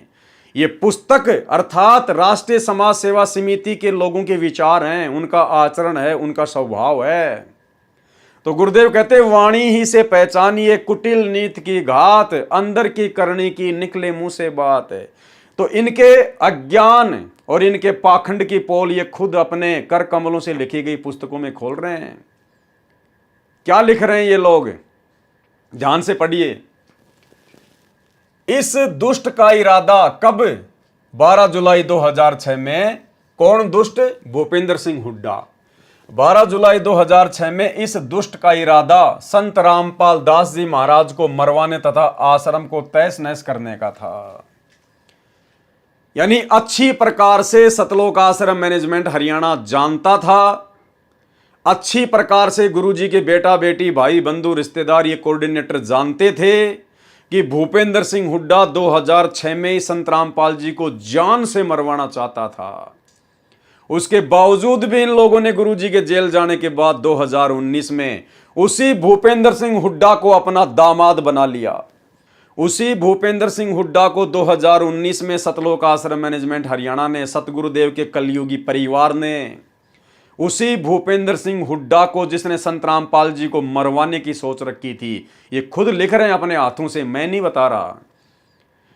और उसी व्यक्ति को इन्होंने मुख्यमंत्री बनाने की पूरी कोशिश की। तो खुद विचार कर लो कि गुरुजी के बेटा बेटी भाई बंधु रिश्तेदार ये गुरुजी के पक्ष में हैं या गुरुजी के विपक्ष में हैं। अरे ये लोग तो गुरुजी के दुश्मन के पक्ष में हैं, गुरुजी के दुश्मन के पक्ष में, भूपेंद्र सिंह हुड्डा के पक्ष में। 2019 में उसको हरियाणा का मुख्यमंत्री बनाने का पूरा प्रयास किया, भक्तों से वोट डलवाए, पूरा सपोर्ट करवाया। तो विचार कर लो भाई और बहनों, आप जी किस कुसंगत में पड़े हो। आप सतलोक आश्रम मैनेजमेंट हरियाणा की बहुत बड़ी कुसंगत का शिकार हैं। जो भाई बहन इन सतलोक आश्रमों में जा रहे हैं ये रिजेक्टेड हैं। ये गुरुजी का परिवार, ये स्टेट कोऑर्डिनेटर, बड़े बड़े सेवादार, ये रिजेक्टेड माल है गुरुजी की तरफ से। गुरुजी ने इनको 2014 बरवाला कांड से पहले ही रिजेक्ट कर दिया था। आपको आगे दिखाएंगे वीडियो में गुरुदेव के मुख कमल से। गुरुदेव ने इन सबको रिजेक्ट किया हुआ है, बिल्कुल स्पष्ट रूप से लिखकर भी और अपने मुख कमल से बोलकर भी। आपको लिखा हुआ भी दिखाएंगे और गुरुदेव के मुख कमल से बोला हुआ भी दिखाएंगे। और कहते हैं गुरु के दिल से उतरे वो शब्द बिहू ना होए, और उसको काल घसीट ही राख सके ना कोई। इनको तो काल घसीटेगा आने वाले समय में, सतलोक आश्रम मैनेजमेंट हरियाणा वालों को, गुरुदेव के परिवार वालों को। लेकिन विचार करने की ये बात है कि आप संगत वाले भाई बहन क्यों गुण की तरह पिस रहे हैं। अरे आप लोगों का क्या मतलब है उन आश्रमों में जाना, इन लोगों की कुसंगति का शिकार होना, इनके मनमाने आदेशों को फॉलो करना। आप क्यों अपनी भक्ति बिगाड़ रहे हैं? नाम आपको मिल गया, कहीं से भी मिला है, मिल गया, अब तो अपने घर बैठ के भक्ति करो। अरे सत्संग गुरुजी के वो तुम्हारे पास में उपलब्ध हैं। आश्रम में कौन सा गुरुजी बैठे हैं जो तुम्हें सत्संग सुना रहे हैं? अरे वही सत्संग जो गुरुजी ने कर रखे हैं, जो पूरी संगत सुन रही है, अपने घर बैठ के सुनो। तुम आश्रम में आओगे जाओगे, कोई 1000 किलोमीटर से 3 दिन चल के आता है, कोई 4 दिन चल के आता है, कोई 5 घंटे बर्बाद करके आश्रम में जाता है, और ना तुम वहां पर कोई सत्संग सुनते। और जो समय तुम आने जाने में बर्बाद कर रहे हो, उतने समय में तो घर पे बैठकर आप जी 20 सत्संग सुन लोगे। आपका पैसा बचा, आपका समय बचा, आपकी श्वासें बची। नाम आपको गुरुजी ने दे रखा है, अपना काम धंधा करो, अपना नाम जपो। 5 यज्ञ आपको गुरुजी ने दे रखी है, अपनी 5 यज्ञ करो। आपको किसी की गुलामी करने की जरूरत क्या है? किस लिए जाते हो? भंडारा खाने, लड्डू जलेबी खाने? अरे अपने घर पे बना के खा लो, अपने घर पे बना के खा लो मेरे भाई। तुम इतने पैसे की लड्डू जलेबी खाते नहीं, उतने पैसा तो तुम किराया बर्बाद कर देते हो। तो हर प्रकार से ये काल तुम लोगों को माइनस में लेके जा रहा है, माइनस में लेके। अगर समझ सको तो समझ लेना, प्रारब्ध में सुसंगत और कुसंगत दोनों लिखी होती है। और जिस प्रकार थोड़ी देर पहले आपको पीला पर्चा पढ़ाया भगत लक्ष्मी नारायण दास का, किस प्रकार से उसको कुसंगत ले डूबी, नंबर आप लोगों का भी आएगा, क्योंकि आप लोग सतलोक आश्रम मैनेजमेंट हरियाणा की कुसंगत का शिकार हो चुके हैं। अगर बचना है तो साथ संगति से जुड़ जाना। 12 जुलाई 2006 में इस दुष्ट का इरादा संत रामपाल दास जी महाराज को मरवाने तथा आश्रम तहस नहस करने का था। पहली बात तो भाइयों और बहनों, किसी भी भगत को यह अधिकार नहीं है कि वो अपने गुरुजी के नाम के साथ में दास शब्द का प्रयोग करे। अरे दास तो हम हैं गुलाम नौकर पाजी अपने गुरुजी के।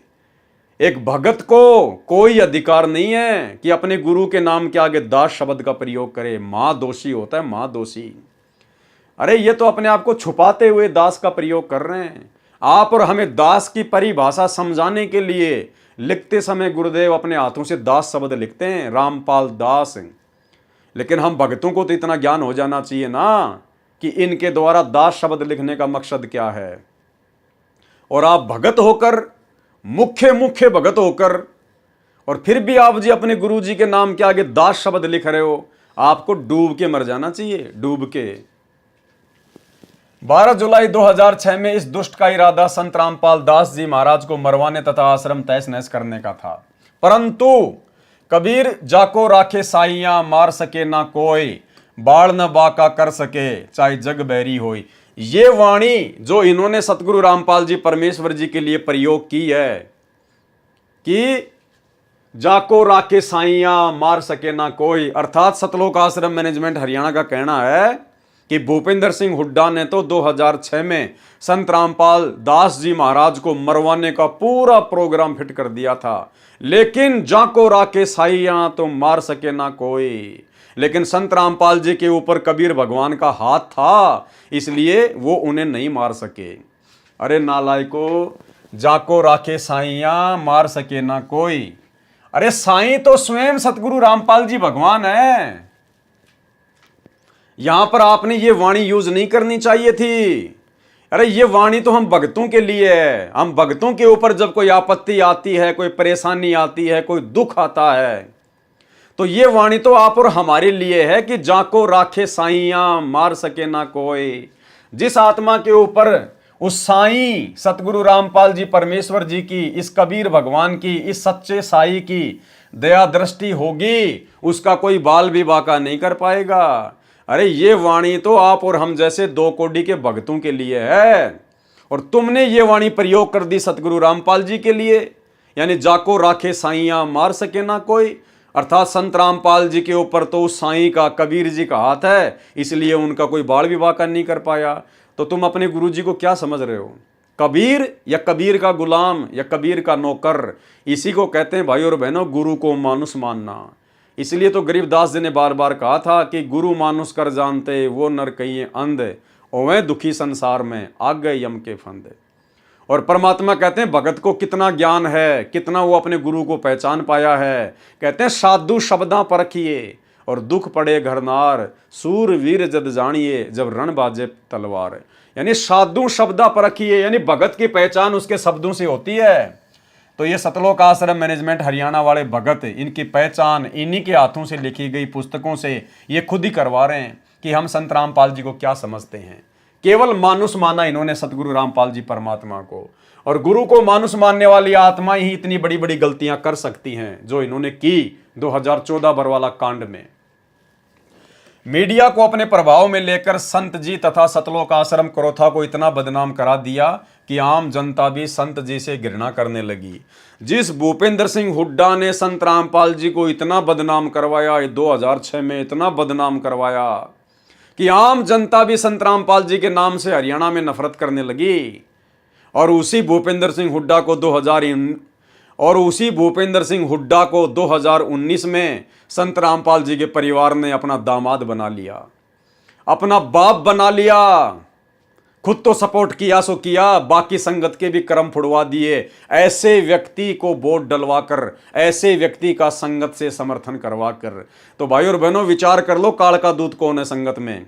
संत रामपाल जी के ये सतलोक आश्रम मैनेजमेंट हरियाणा वाले, उनके परिवार वाले दुश्मन है या उनके मित्र हैं? सबसे बड़ा गुरुद्रोही कौन है?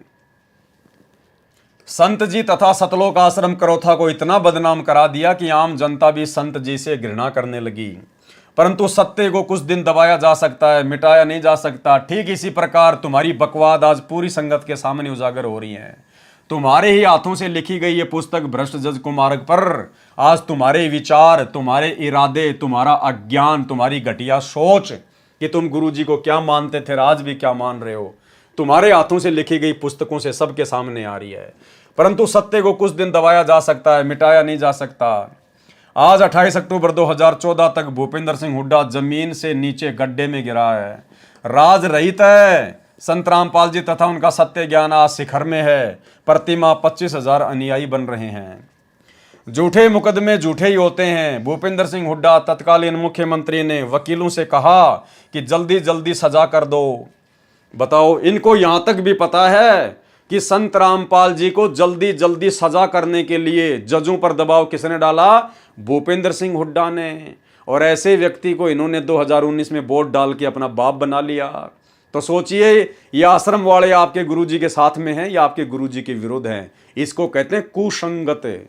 ये संगत में सबसे बड़ी गंदगी है सतलोक आश्रम और सतलोक आश्रम मैनेजमेंट हरियाणा वर्तमान वाले। झूठे मुकदमे झूठे ही होते हैं। भूपेंद्र सिंह हुड्डा तत्कालीन मुख्यमंत्री ने वकीलों से कहा कि जल्दी जल्दी सजा कर दो। उनके वरिष्ठ वकील श्री रण सिंह कादियान ने कोर्ट से निकलते समय अपने साथी वकील से कहा कि इस मुकदमे में धांस भी नहीं है, अर्थात कुछ भी नहीं है, ये मुकदमा बनता ही नहीं, ठीक से बनाना चाहिए था। इसके पश्चात श्री भूपेंद्र सिंह हुड्डा ने अपने मुख्यमंत्री पद का प्रभाव डालकर जजों को सजा करने की सुपारी देनी शुरू कर दी।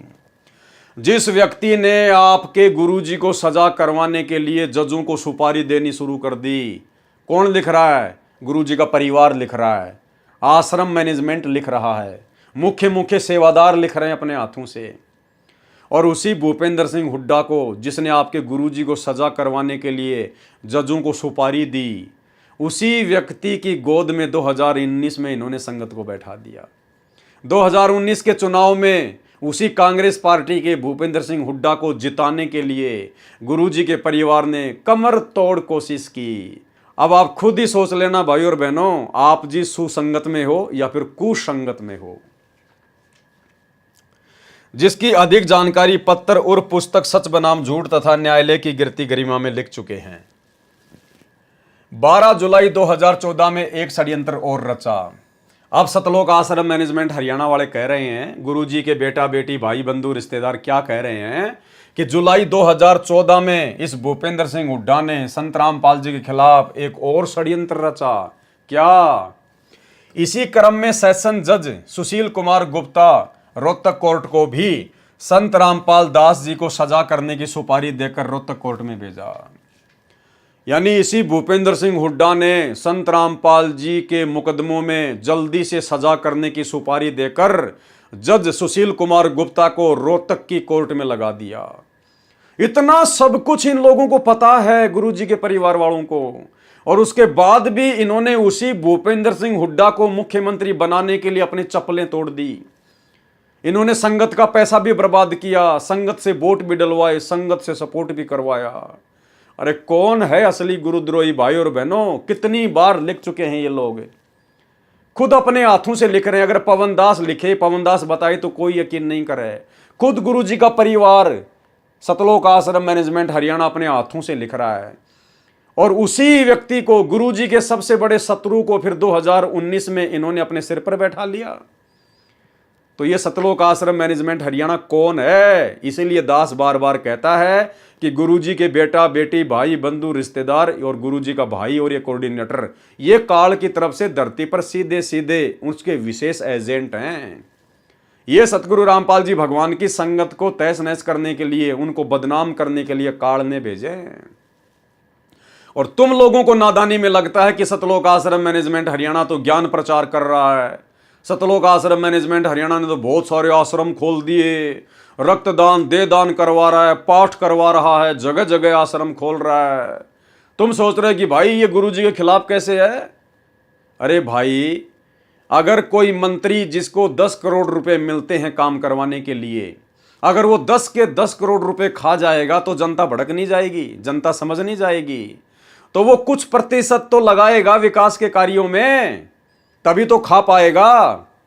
तो इसी प्रकार भाई और बहनों, जैसे जब ईस्ट इंडिया कंपनी भारत में आई, जब अंग्रेजों का शासन था, उस समय भी चापलूस जनता बहुत होती थी, जो स्वतंत्रता सेनानियों का, जो कि अंग्रेजों की सच्चाई बताया करते थे, उन स्वतंत्र सेनानियों का विरोध करती थी, और अंग्रेज जो हमारे देश को लूट रहे थे उनको अच्छा बताया करती थी।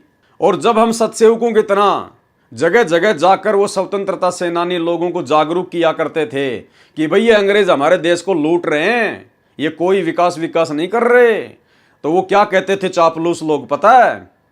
कि क्यों मूर्ख बना रहे हो तुम?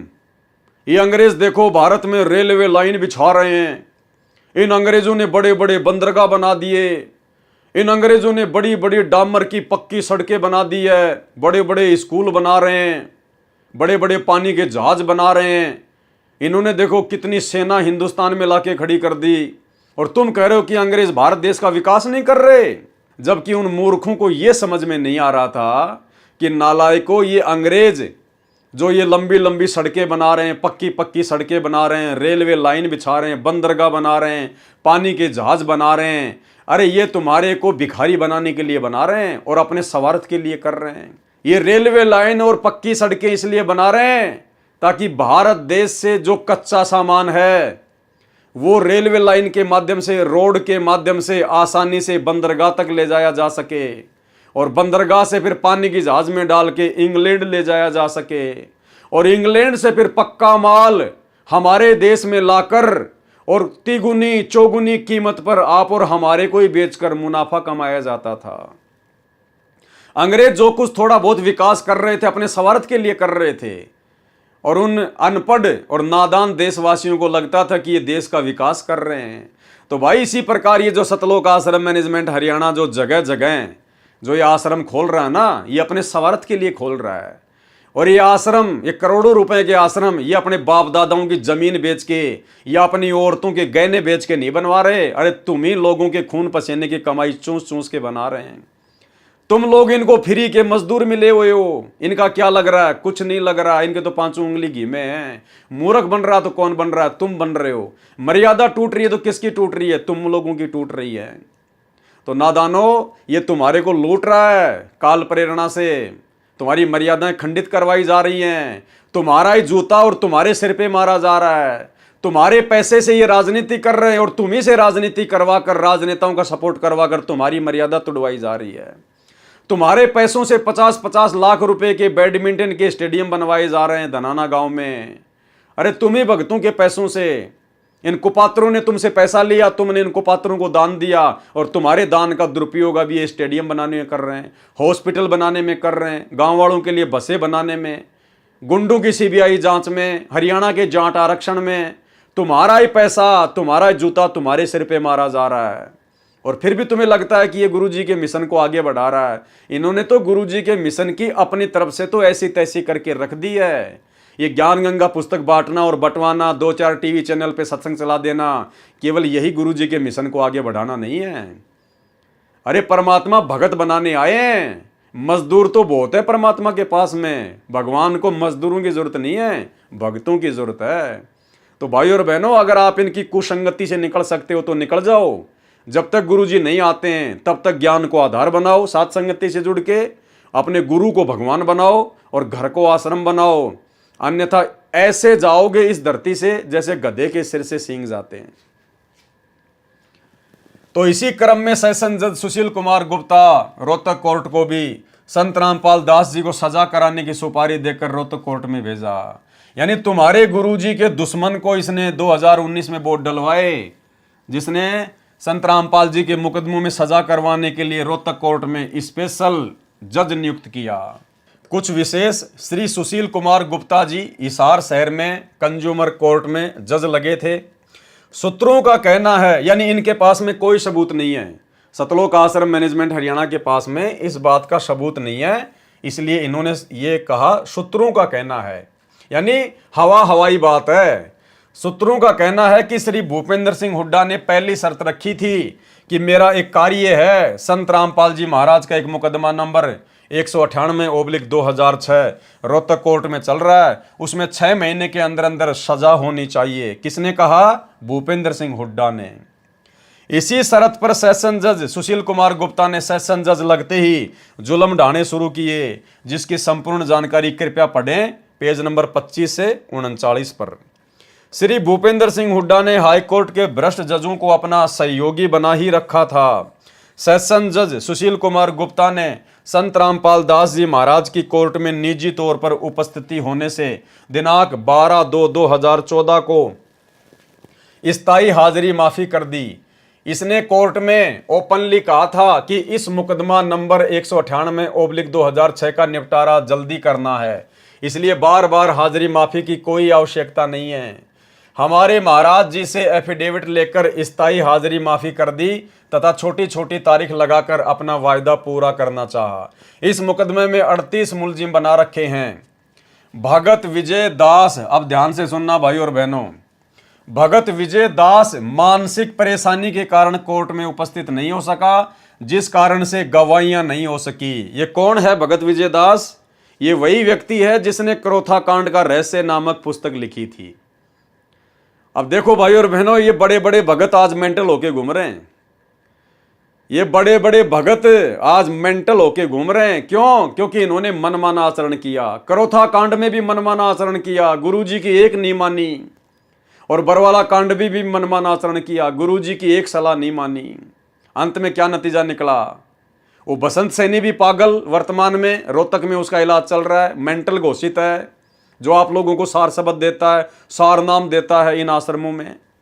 और ये क्रोथा कांड का रहस्य नामक पुस्तक का लेखक भगत विजय दास, ये भी मानसिक परेशानी के कारण कोर्ट में उपस्थित नहीं हो सका। अरे संत रामपाल जी के भगत को काहे की मानसिक परेशानी? संत रामपाल जी का भगत तो उनसे उपदेश लेने के बाद में मानसिक परेशानी से बाहर निकलता है। और जिन बड़े बड़े भक्तों को बड़ा बड़ा भगत मान के ये नादान संगत उनकी कुसंगति करने जाती है उन आश्रमों में, अरे वो तो खुद मानसिक परेशानियों का शिकार है। अरे ये तो पागल बन के घूम रहे हैं, मेंटल हॉस्पिटल में इन लोगों का इलाज चल रहा है। तुम किन लोगों के पास जा रहे हो? किन पागलों के पास जा रहे हो तुम? ये खुद बड़े बड़े भगत अपने हाथों से लिख रहे हैं अपनी आप बीती। तो भैया घर बैठ के भक्ति कर लो, अगर भगवान चाहिए तो। नौटंकी करनी है तो बात अलग है। भगत विजय दास मानसिक परेशानी के कारण कोर्ट में उपस्थित नहीं हो सका, यानी वो घर से भाग गया, पागल हो गया। लोग उसको ढूंढ रहे थे लेकिन वो मिल नहीं रहा था, जिस कारण से वो कोर्ट में नहीं जा पाया, जिस कारण से गवाहियां नहीं हो सकी। जज महोदय तो अपनी सुपारी पूरी करने के लिए कटिबद्ध थे, इसलिए विजय के 2 जमानतियों पर 1-1 लाख रुपए का जुर्माना कर दिया तथा संत रामपाल जी महाराज की स्थायी हाजिरी माफी कैंसिल करके सर्वे भक्तों को जो इस झूठे मुकदमे में मुलजिम बना रखे हैं तथा संत रामपाल दास जी महाराज को जेल में डालने तथा शीघ्र अतिशीघ्र गवाही कराकर 1-2 महीने में अर्थात अक्टूबर से पहले विधानसभा चुनाव से पहले सजा करके सुपारी पूरी करनी चाहिए। उसी समय 5/6/2014 को हाईकोर्ट का भ्रष्ट जज सतीश कुमार मित्तल रोहतक कोर्ट में चेकिंग के बहाने अपना भ्रष्टाचार का हिस्सा लेने गया हुआ था। अब भाइयों बहनों बताओ, इस बात का इन लोगों को क्या पता? कि वो दूसरा जज चेकिंग करने के बहाने दूसरे जज से रिश्वत लेने गया था, अपना हिस्सा लेने गया था। ये इस प्रकार की बेहुदी बातें जिनका कोई सबूत नहीं, कोई प्रमाण नहीं, इस प्रकार की बातें इस भ्रष्ट जज कुमारक नामक पुस्तक में लिख लिख कर इन्होंने जजों को खूब भड़काया है। सभी जजों को भड़काया इन्होंने, अच्छे से भड़काया, और भी भयंकर भयंकर कुशब्द उन जजों के लिए इन्होंने प्रयोग किए, जो आगे आप जी पढ़ेंगे। और इसी भ्रष्ट जज कुमारक पुस्तक के कारण इन जजों ने सख्ताई करी 2014 में कि संत रामपाल जी चाहे जमीन के बंकर में क्यों ना छुपा हो, पकड़ के लेके आओ। वे जज इतनी ज्यादा ईर्ष्या करने लग गए संत रामपाल जी से, सतलोक आश्रम मैनेजमेंट हरियाणा की मनमानियों के कारण, इन लोगों के मनमाने आचरण के कारण। रोहतक कोर्ट में चेकिंग के बहाने अपना भ्रष्टाचार का हिस्सा लेने गया हुआ था। 6/6/2014 को स्थायी हाजिरी माफी कैंसिल कर दी तथा 14/7/2014 को जेल भेजने का षड्यंत्र रचा, परंतु परमात्मा जिसका रक्षक है उसका कौन क्या बिगाड़ सकता है। अरे फिर तुम क्यों परेशान हो रहे हो? अगर संत रामपाल जी का कोई परमात्मा रक्षक है, क्योंकि ये संत रामपाल जी के बारे में कह रहे हैं कि परमात्मा जिसका रक्षक है उनको उसका कौन क्या बिगाड़ सकता है। अरे भैया, जब संत रामपाल जी का रक्षक परमात्मा है तो तुम्हारे पेट में दर्द क्यों हो रहा है? फिर तुम क्यों इतनी भागादौड़ी कर रहे हो? तुम क्यों इतनी टेंशन ले रहे हो? फिर तुम क्यों जजों को भड़का रहे हो? ये अनाप शनाप पुस्तकें लिख रहे हो। एक तरफ तो तुम कह रहे हो कि जज चाहे कुछ भी कर ले, जिसका परमात्मा रक्षक है उसका कौन क्या बिगाड़ देगा, यानी तुम्हारे अनुसार संत रामपाल जी का रक्षक है वो कबीर है, और संत रामपाल जी का कौन क्या बिगाड़ देगा। अरे भाई, जब तुम्हें पता है कि संत रामपाल जी का रक्षक परमात्मा है और परमात्मा के रहते सहते संत रामपाल जी का कोई जज कुछ भी नहीं बिगाड़ सकता, फिर तुम्हारे पेट में दर्द क्यों हो रहा है? फिर क्यों तुमने राष्ट्रीय समाज सेवा समिति बनाई? क्यों तुमने ये 3-3 पुस्तकें लिखी उन जजों के खिलाफ? क्यों ऐसे ऐसे अभद्र शब्द लिख के तुमने उन जजों को भड़काया? बरवाला कांड करने के लिए क्यों तुमने जजों को प्रेरित किया? बैठ के अपनी भक्ति करते ना, क्यों नौटंकी कर रहे थे फिर तुम? लेकिन भाई और बहनों, जब जीव काल प्रेरित हो जाता है तो फिर वो बैठ नहीं सकता, फिर वो काल उसको प्रेरणा करता रहेगा, और काल की कुप्रेरणा से फिर वो सारे मनमाने आचरण करता है। और इन्हीं मनमाने आचरणों का नतीजा ये बरवाला कांड। आज 10 साल से जो गुरुदेव भगवान जेल में बैठे हुए ना, अपने इन्हीं नालायक शिष्यों और अपने परिवार की महागलतियों के कारण, इन्हीं के अहंकार के चलते 6/6/2014 को स्थायी हाजिरी माफी कैंसिल कर दी तथा 14/7/2014 को जेल भेजने का षड्यंत्र रचा, परंतु परमात्मा जिसका रक्षक है उसका कौन क्या बिगाड़ सकता है। तत्कालीन मुख्यमंत्री सहित सर्व भ्रष्ट जजों को मुंह की खानी पड़ी। अधिक जानकारी आप जी इस पुस्तक में पढ़ें। भूपेंद्र सिंह हुड्डा झूठा तथा कृतघ्नी व्यक्ति है। कौन लिख रहा है? गुरुजी का परिवार, सतलोक आश्रम मैनेजमेंट हरियाणा वाले अपने खुद के हाथों से लिख रहे हैं कि भूपेंद्र सिंह हुड्डा झूठा तथा कृतघ्नी व्यक्ति है। फिर क्यों 2019 में उसी भूपेंद्र सिंह हुड्डा को अपना बाप बना लिया तुम लोगों ने? अरे उसी झूठे तथा कृतघ्नी व्यक्ति को तुमने क्यों वोट डलवाए? क्यों उसको मुख्यमंत्री बनाने का ठेका लिया, जो तुम्हारे गुरु का सबसे बड़ा दुश्मन है? तो भाई और बहनों, विचार कर लो, संत रामपाल जी के दुश्मन कौन है? सतलोक आश्रम मैनेजमेंट हरियाणा वाले, जो अपने गुरु जी के दुश्मन का सपोर्ट करते हैं। एक अन्य प्रमाण, जब अत्याचारी तत्कालीन मुख्यमंत्री भूपेंद्र सिंह हुड्डा जी सर्व ताकत असफल रही तो इसने मित्र बनकर अपने घटिया उद्देश्य में सफल होने की सोची। 18 जून को डीजीपी सीआईडी श्री अनंत सिंह ढुल का फोन भगत रविंद्र दास जी पूना वाले के पास आया, जो पहले से ही डीजीपी का मिलने वाला था। वही रविंद्र डाका जिसकी 400-500 गाड़ियां चलती हैं, जिसका महाराष्ट्र में ट्रांसपोर्ट का काम है, उसके पास में फिर क्या हुआ? डीजीपी का फोन आया रविंद्र डाका के पास में, जो कि संत रामपाल जी का भगत है। यानी फिर मुख्यमंत्री भूपेंद्र सिंह हुड्डा ने एक और चाल चली कि दूसरे तरीके से संत रामपाल जी के भक्तों को थोड़ा सा शांत किया जाए। 18 जून को डीजीपी सीआईडी श्री अनंत सिंह ढुल का फोन भगत रविंद्र दास जी पूना वाले के पास आया, जो पहले से ही डीजीपी का मिलने वाला था। अरे क्या मिलना भाई, काहे की यारी दोस्ती रिश्तेदारी? क्या मतलब था डीजी से, आईजी से, इनसे दोस्ती करने का? ये भक्ति मार्ग में चलता है क्या? भाई और बहनों, शिक्षा लेनी है, शिक्षा। देखो, जिसकी जैसी भावना होती है, जिसकी जैसे पिछले पुण्य होते हैं, संस्कार होते हैं, कर्म होते हैं, परमात्मा उसी आधार से उस आत्मा को वर्तमान में सुख देता है यहाँ के काल के। आप और हमारे भाग्य में यदि सुख हैं, ढेर सारे सुख हैं, तो भी अपने गुरुदेव भगवान से रोजाना यही विनती किया करो कि गुरुजी, यदि मेरे भाग्य में, मेरे संस्कार में आवश्यकता से ज्यादा इस काललोक के सुख हैं तो परमात्मा आप उनको कैंसिल कर देना।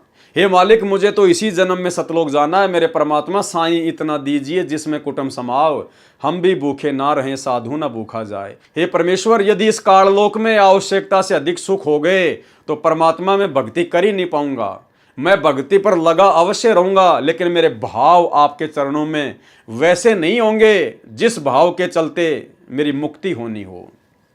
भाई और बहनों, विचार करो, जिस रविंद्र ढाका के 500 ट्रक चलते हों, जिस भगत के 500 कैंटर हों, इतना बड़ा ट्रांसपोर्ट का काम हो, जिस अकेले भगत के 500 ट्रक चलते हों, क्या वो भगत कभी भक्ति कर सकता है? क्या वो भगत इसी जन्म में सतलोक जा सकता है? अरे कितनी परेशानी झेल रहा होगा। अरे विचार करो, आप में से कितने भगत होंगे जिनके पास केवल एक ही टेम्पू होगा। एक टेम्पू, एक ट्रक का चौथा हिस्सा होता है एक टेम्पू। आप में से कितने भगत हैं जिनके पास खाली एक छोटा सा टेम्पू है, और उस टेम्पू को लेकर आप जी कितने परेशान रहते हैं। कभी पंचर हो गया, कभी पुलिस वाले ने पकड़ लिया, कभी उसकी फिटनेस करवानी, कभी उसके टायर बदलवाने, कभी इंजन ने काम मांग लिया, कभी आरटीओ ने पकड़ लिया, आज काम नहीं मिला। कितनी टेंशन रहती है आपको उस एक छोटे से टेम्पू को लेकर। और भाई, जिसके 500 ट्रक चलते हो, फिर उसको तो कहां कहां सेटिंग करनी पड़ती होगी। आरटीओ में बड़े बड़े अधिकारियों के साथ में उठना बैठना है, होली दिवाली पे उनको जो है वो गिफ्ट वगैरह देना, उनकी हर बात को मानना, चाहे मर्यादा टूटे या ना टूटे, क्योंकि भाई अपना धंधा चलाना है, ट्रांसपोर्ट का काम। और 500 ट्रक कोई भगत बन के थोड़ी चला सकता है। भगत बन के तो आप जी पूरी मर्यादा में रह के तो आप एक छोटा सा टेम्पू नहीं चला सकते वर्तमान में, एक टेम्पू। तो तभी तो ये डीजीपी जैसे लोगों के साथ में उसकी जानकारी उसका मिलने वाला, जबकि भगत का क्या मतलब है। परमात्मा तो कहते हैं अगर भगत अगर मर्यादा में है तो भगत का जगत का तो 36 का आंकड़ा होता है, 36 का आंकड़ा। तो रविंद्र ढाका जी के बड़े बड़े अधिकारी, बड़े बड़े प्रशासनिक लोग, राजनेता लोग मिलने वाले, तो कहां मर्यादा है। भाई और बहनों, भगवान से हाथ जोड़ के प्रार्थना करना कि परमात्मा मेरे भाग्य में भी हो तो भी मत देना। हे परमात्मा, अगर मेरा वर्तमान में काम ज्यादा है और यदि आप जी उचित समझते हैं तो परमात्मा मेरे इस काम को भी कम कर दो। मुझे तो भक्ति करनी है, 2 टाइम की रोटी परमात्मा आप दोगे, ये धंधा नहीं देगा। धंधा तो केवल एक माध्यम है, एक निमित्त है। तीनों लोकों में प्रवेश करके सबका भरण पोषण करने वाला जब समर्थ हमारा गुरु है तो हमने काहे की टेंशन। अरे काहे की 100 गाड़ी चलाने की आवश्यकता है, काहे की 500 गाड़ियां चलाने की आवश्यकता है।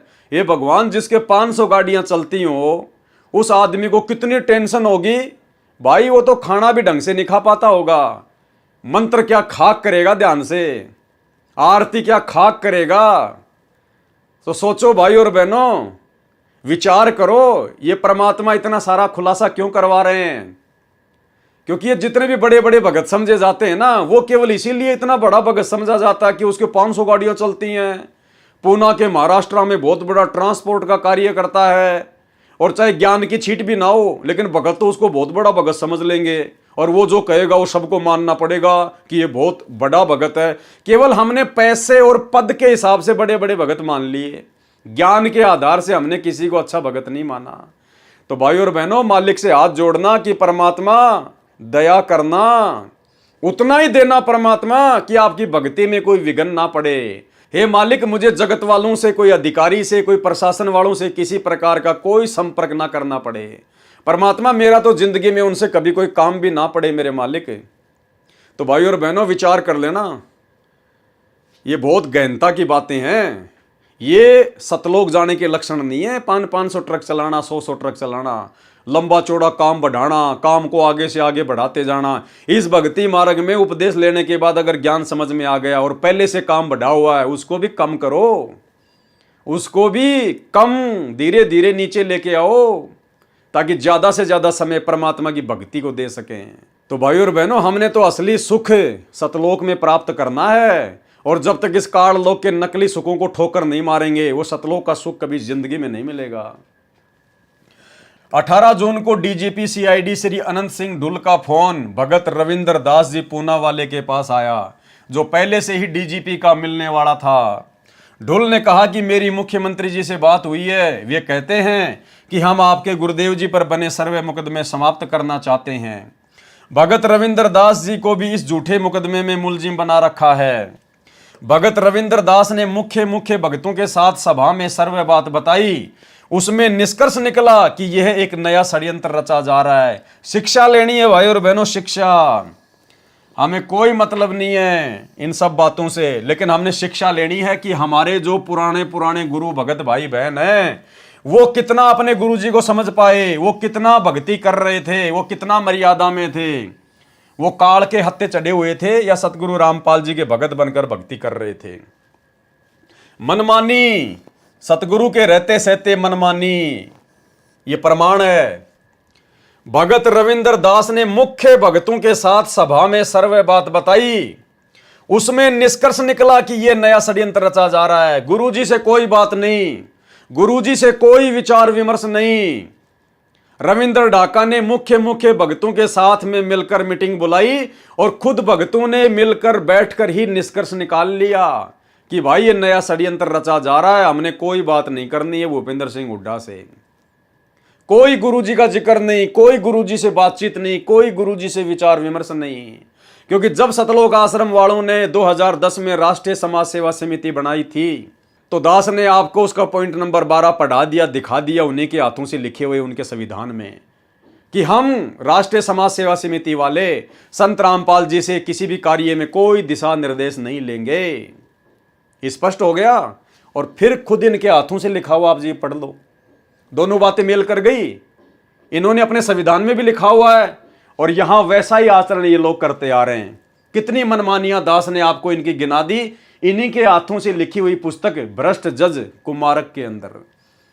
तो ये होता गुरु को मानुष मानना, गुरु जी को अपने जैसा जीव मानना, गुरु जी की बातों को महत्व ना देना। और इसी का नतीजा आगे चल के निकला बरवाला कांड। और आज आप ऐसे मनवश लोगों की कुसंगति कर रहे हो इन सतलोक आश्रमों में जाके। ये खुद तो डूबे हुए हैं, तुम्हारे को भी ऐसी जगह पे डुबोएंगे जहां पे तुम्हें कोई बचाने वाला नहीं मिलेगा। भगत रविंद्र दास ने मुख्य भगतों के साथ सभा में सर्वे बात बताई, जबकि बात बतानी चाहिए थी संत रामपाल जी को। अपने गुरुजी के पास में जाता सीधा कि गुरुजी ऐसी ऐसी बात है, मेरे पास में फोन आया है, क्या करना है। लेकिन गुरुजी का तो कोई लेना देना नहीं है, भाड़ में जाओ गुरुजी, ये तो खुद ही गुरुजी बन रहे हैं। भगत रविंद्र दास ने मुख्य भक्तों के साथ सभा में सर्वे बात बताई। उसमें निष्कर्ष निकला कि यह नया षड्यंत्र रचा गया है। श्री भूपेंद्र जी की सर्व घटिया चाल फैल हो चुकी है। अब विश्वास में लेकर हमें जेल भिजवाना चाहता है कि भगत ये जानकर विश्वास कर लेंगे कि केस तो वापस हो ही जाने हैं, जेल से भी मुक्त हो जाएंगे। तो भाई और बहनों, हाथ कंगन को आरसी क्या, पढ़े लिखे को फारसी क्या। अब अगर कोई मंद बुद्धि से मंद बुद्धि व्यक्ति होगा संगत में भगत, वो तो इन बातों को समझ नहीं पाएगा, वो तो इन बातों पे विचार कर नहीं पाएगा। और वो तो उसी काल के फेंके हुए जाल में, इन सतलोक आश्रमों में गुरुदेव भगवान की गैर हाजिरी में जाकर उन कुपात्रों को, इन काल एजेंटों को, गुरुजी के परिवार वालों को, बड़े बड़े भक्तों को, इन आश्रम वालों को ज्योति पाठ और दान का पैसा देकर काल के जाल में फंसा रह जाएगा। और जो परमेश्वर की अच्छी आत्मा होंगी, जो परमात्मा प्रेमी आत्मा होंगी, जो अपने आत्म कल्याण के लिए ज्ञान को आधार बनाकर भक्ति कर रही होंगी, भाई वो आत्मा तो सावधान हो जाएंगी कि भाई हम क्या जाने संत रामपाल जी का परिवार, हम क्या जाने बड़े बड़े भगत होंगे अपनी जगह अपने लिए कर रहे हैं, हमें क्या लेना देना। हमने ज्ञान सुना संत रामपाल जी का अपने आत्म कल्याण के लिए, नाम लिया संत रामपाल जी का अपने आत्म कल्याण के लिए, मर्यादा दे रखी संत रामपाल जी ने जो हमें निभानी है, और पेट भरना हमने अपनी मेहनत करके। फिर गुरु जी के परिवार की चापलूसी क्यों करें। और दान धर्म दिया जाता अपने गुरुजी को, क्योंकि सुपात्र को दान दिया जाता है। सुपात्र धरती पर केवल सतगुरु रामपाल जी हैं। वर्तमान में गुरुजी जेल में बैठे हैं, उनको 2 टाइम का खाना, 2 जोड़ी कपड़े हरियाणा प्रशासन दे रहा है। हमारा अरबों खरबों का ये दान कहाँ जा रहा है? इन कुपात्रों के हाथ में, गुरुदेव के परिवार वालों के हाथ में, इन बड़े बड़े समझे जाने वाले मंदबुद्धि भक्तों के हाथ में, जो तुम्हारे दान का तुम्हारी आंखों के सामने उल्टे कर्म करके सरेआम दुरुपयोग कर रहे हैं। तो भाई समझदार भगत तो अपनी भक्ति बचा लेगा और आने वाले महाविनाश के समय में अपनी दुर्गति करवाने से बच जाएगा।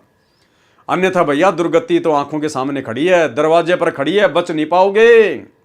ये परमात्मा जबरदस्ती किसी का हाथ नहीं पकड़ेगा, काल के साथ इसका एग्रीमेंट है। अगर मर्यादा तोड़कर भक्ति पर लगे हुए भक्तों को भी अगर ये बचाएगा तो भाई फिर आने वाले समय में मर्यादा कौन निभाएगा? फिर कौन भक्ति को महत्व देगा कि यार भक्ति करो ना करो, चाहे कैसे भी कर लो, मर्यादा में रहो ना रहो, गुरुजी तो सबको बचा लेते हैं, फिर कौन मर्यादा निभाएगा मेरे भाई? भक्तों विचार कर लेना, अगर बचोगे तो तुम्हारी यदि बैटरी चार्ज है थोड़ी बहुत, यदि तुम्हारे पास में भक्ति है तो तुम्हारी भक्ति से बचोगे। बाकी वर्तमान में 90% संगत ना मर्यादा में है, ना किसी का नाम सही है। सबके ऊपर काल बैठा हुआ है, क्योंकि सबके सब सतलोक आश्रम मैनेजमेंट हरियाणा की कुसंगति के शिकार हैं।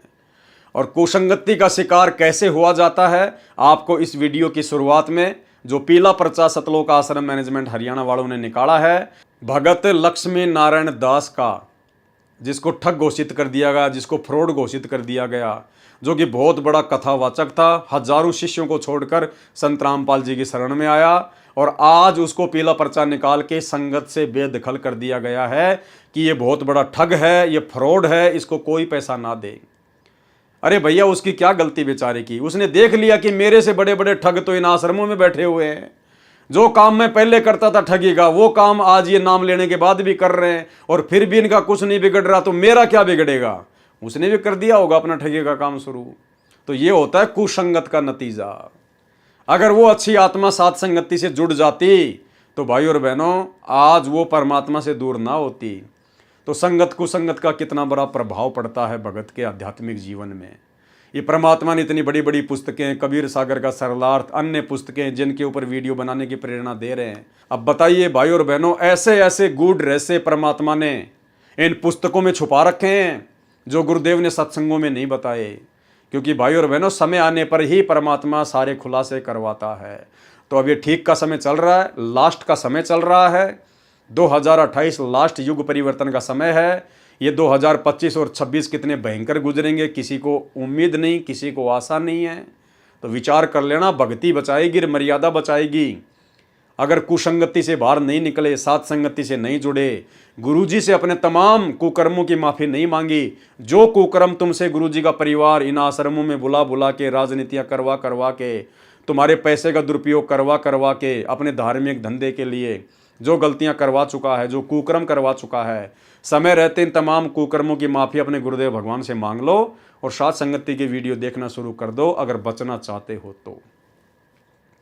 तो भाई और बहनों, सृष्टि रचना के माध्यम से जो वीडियो बनाने की श्रृंखला जारी है, जिसमें आज हमारा ये 8वें नंबर का वीडियो था। आज के वीडियो में हम केवल इतना ही लेंगे और कल रात्रि 9 बजे गुरुदेव का आशीर्वाद रहा तो फिर एक नई वीडियो के साथ में आप जी के सामने आएंगे।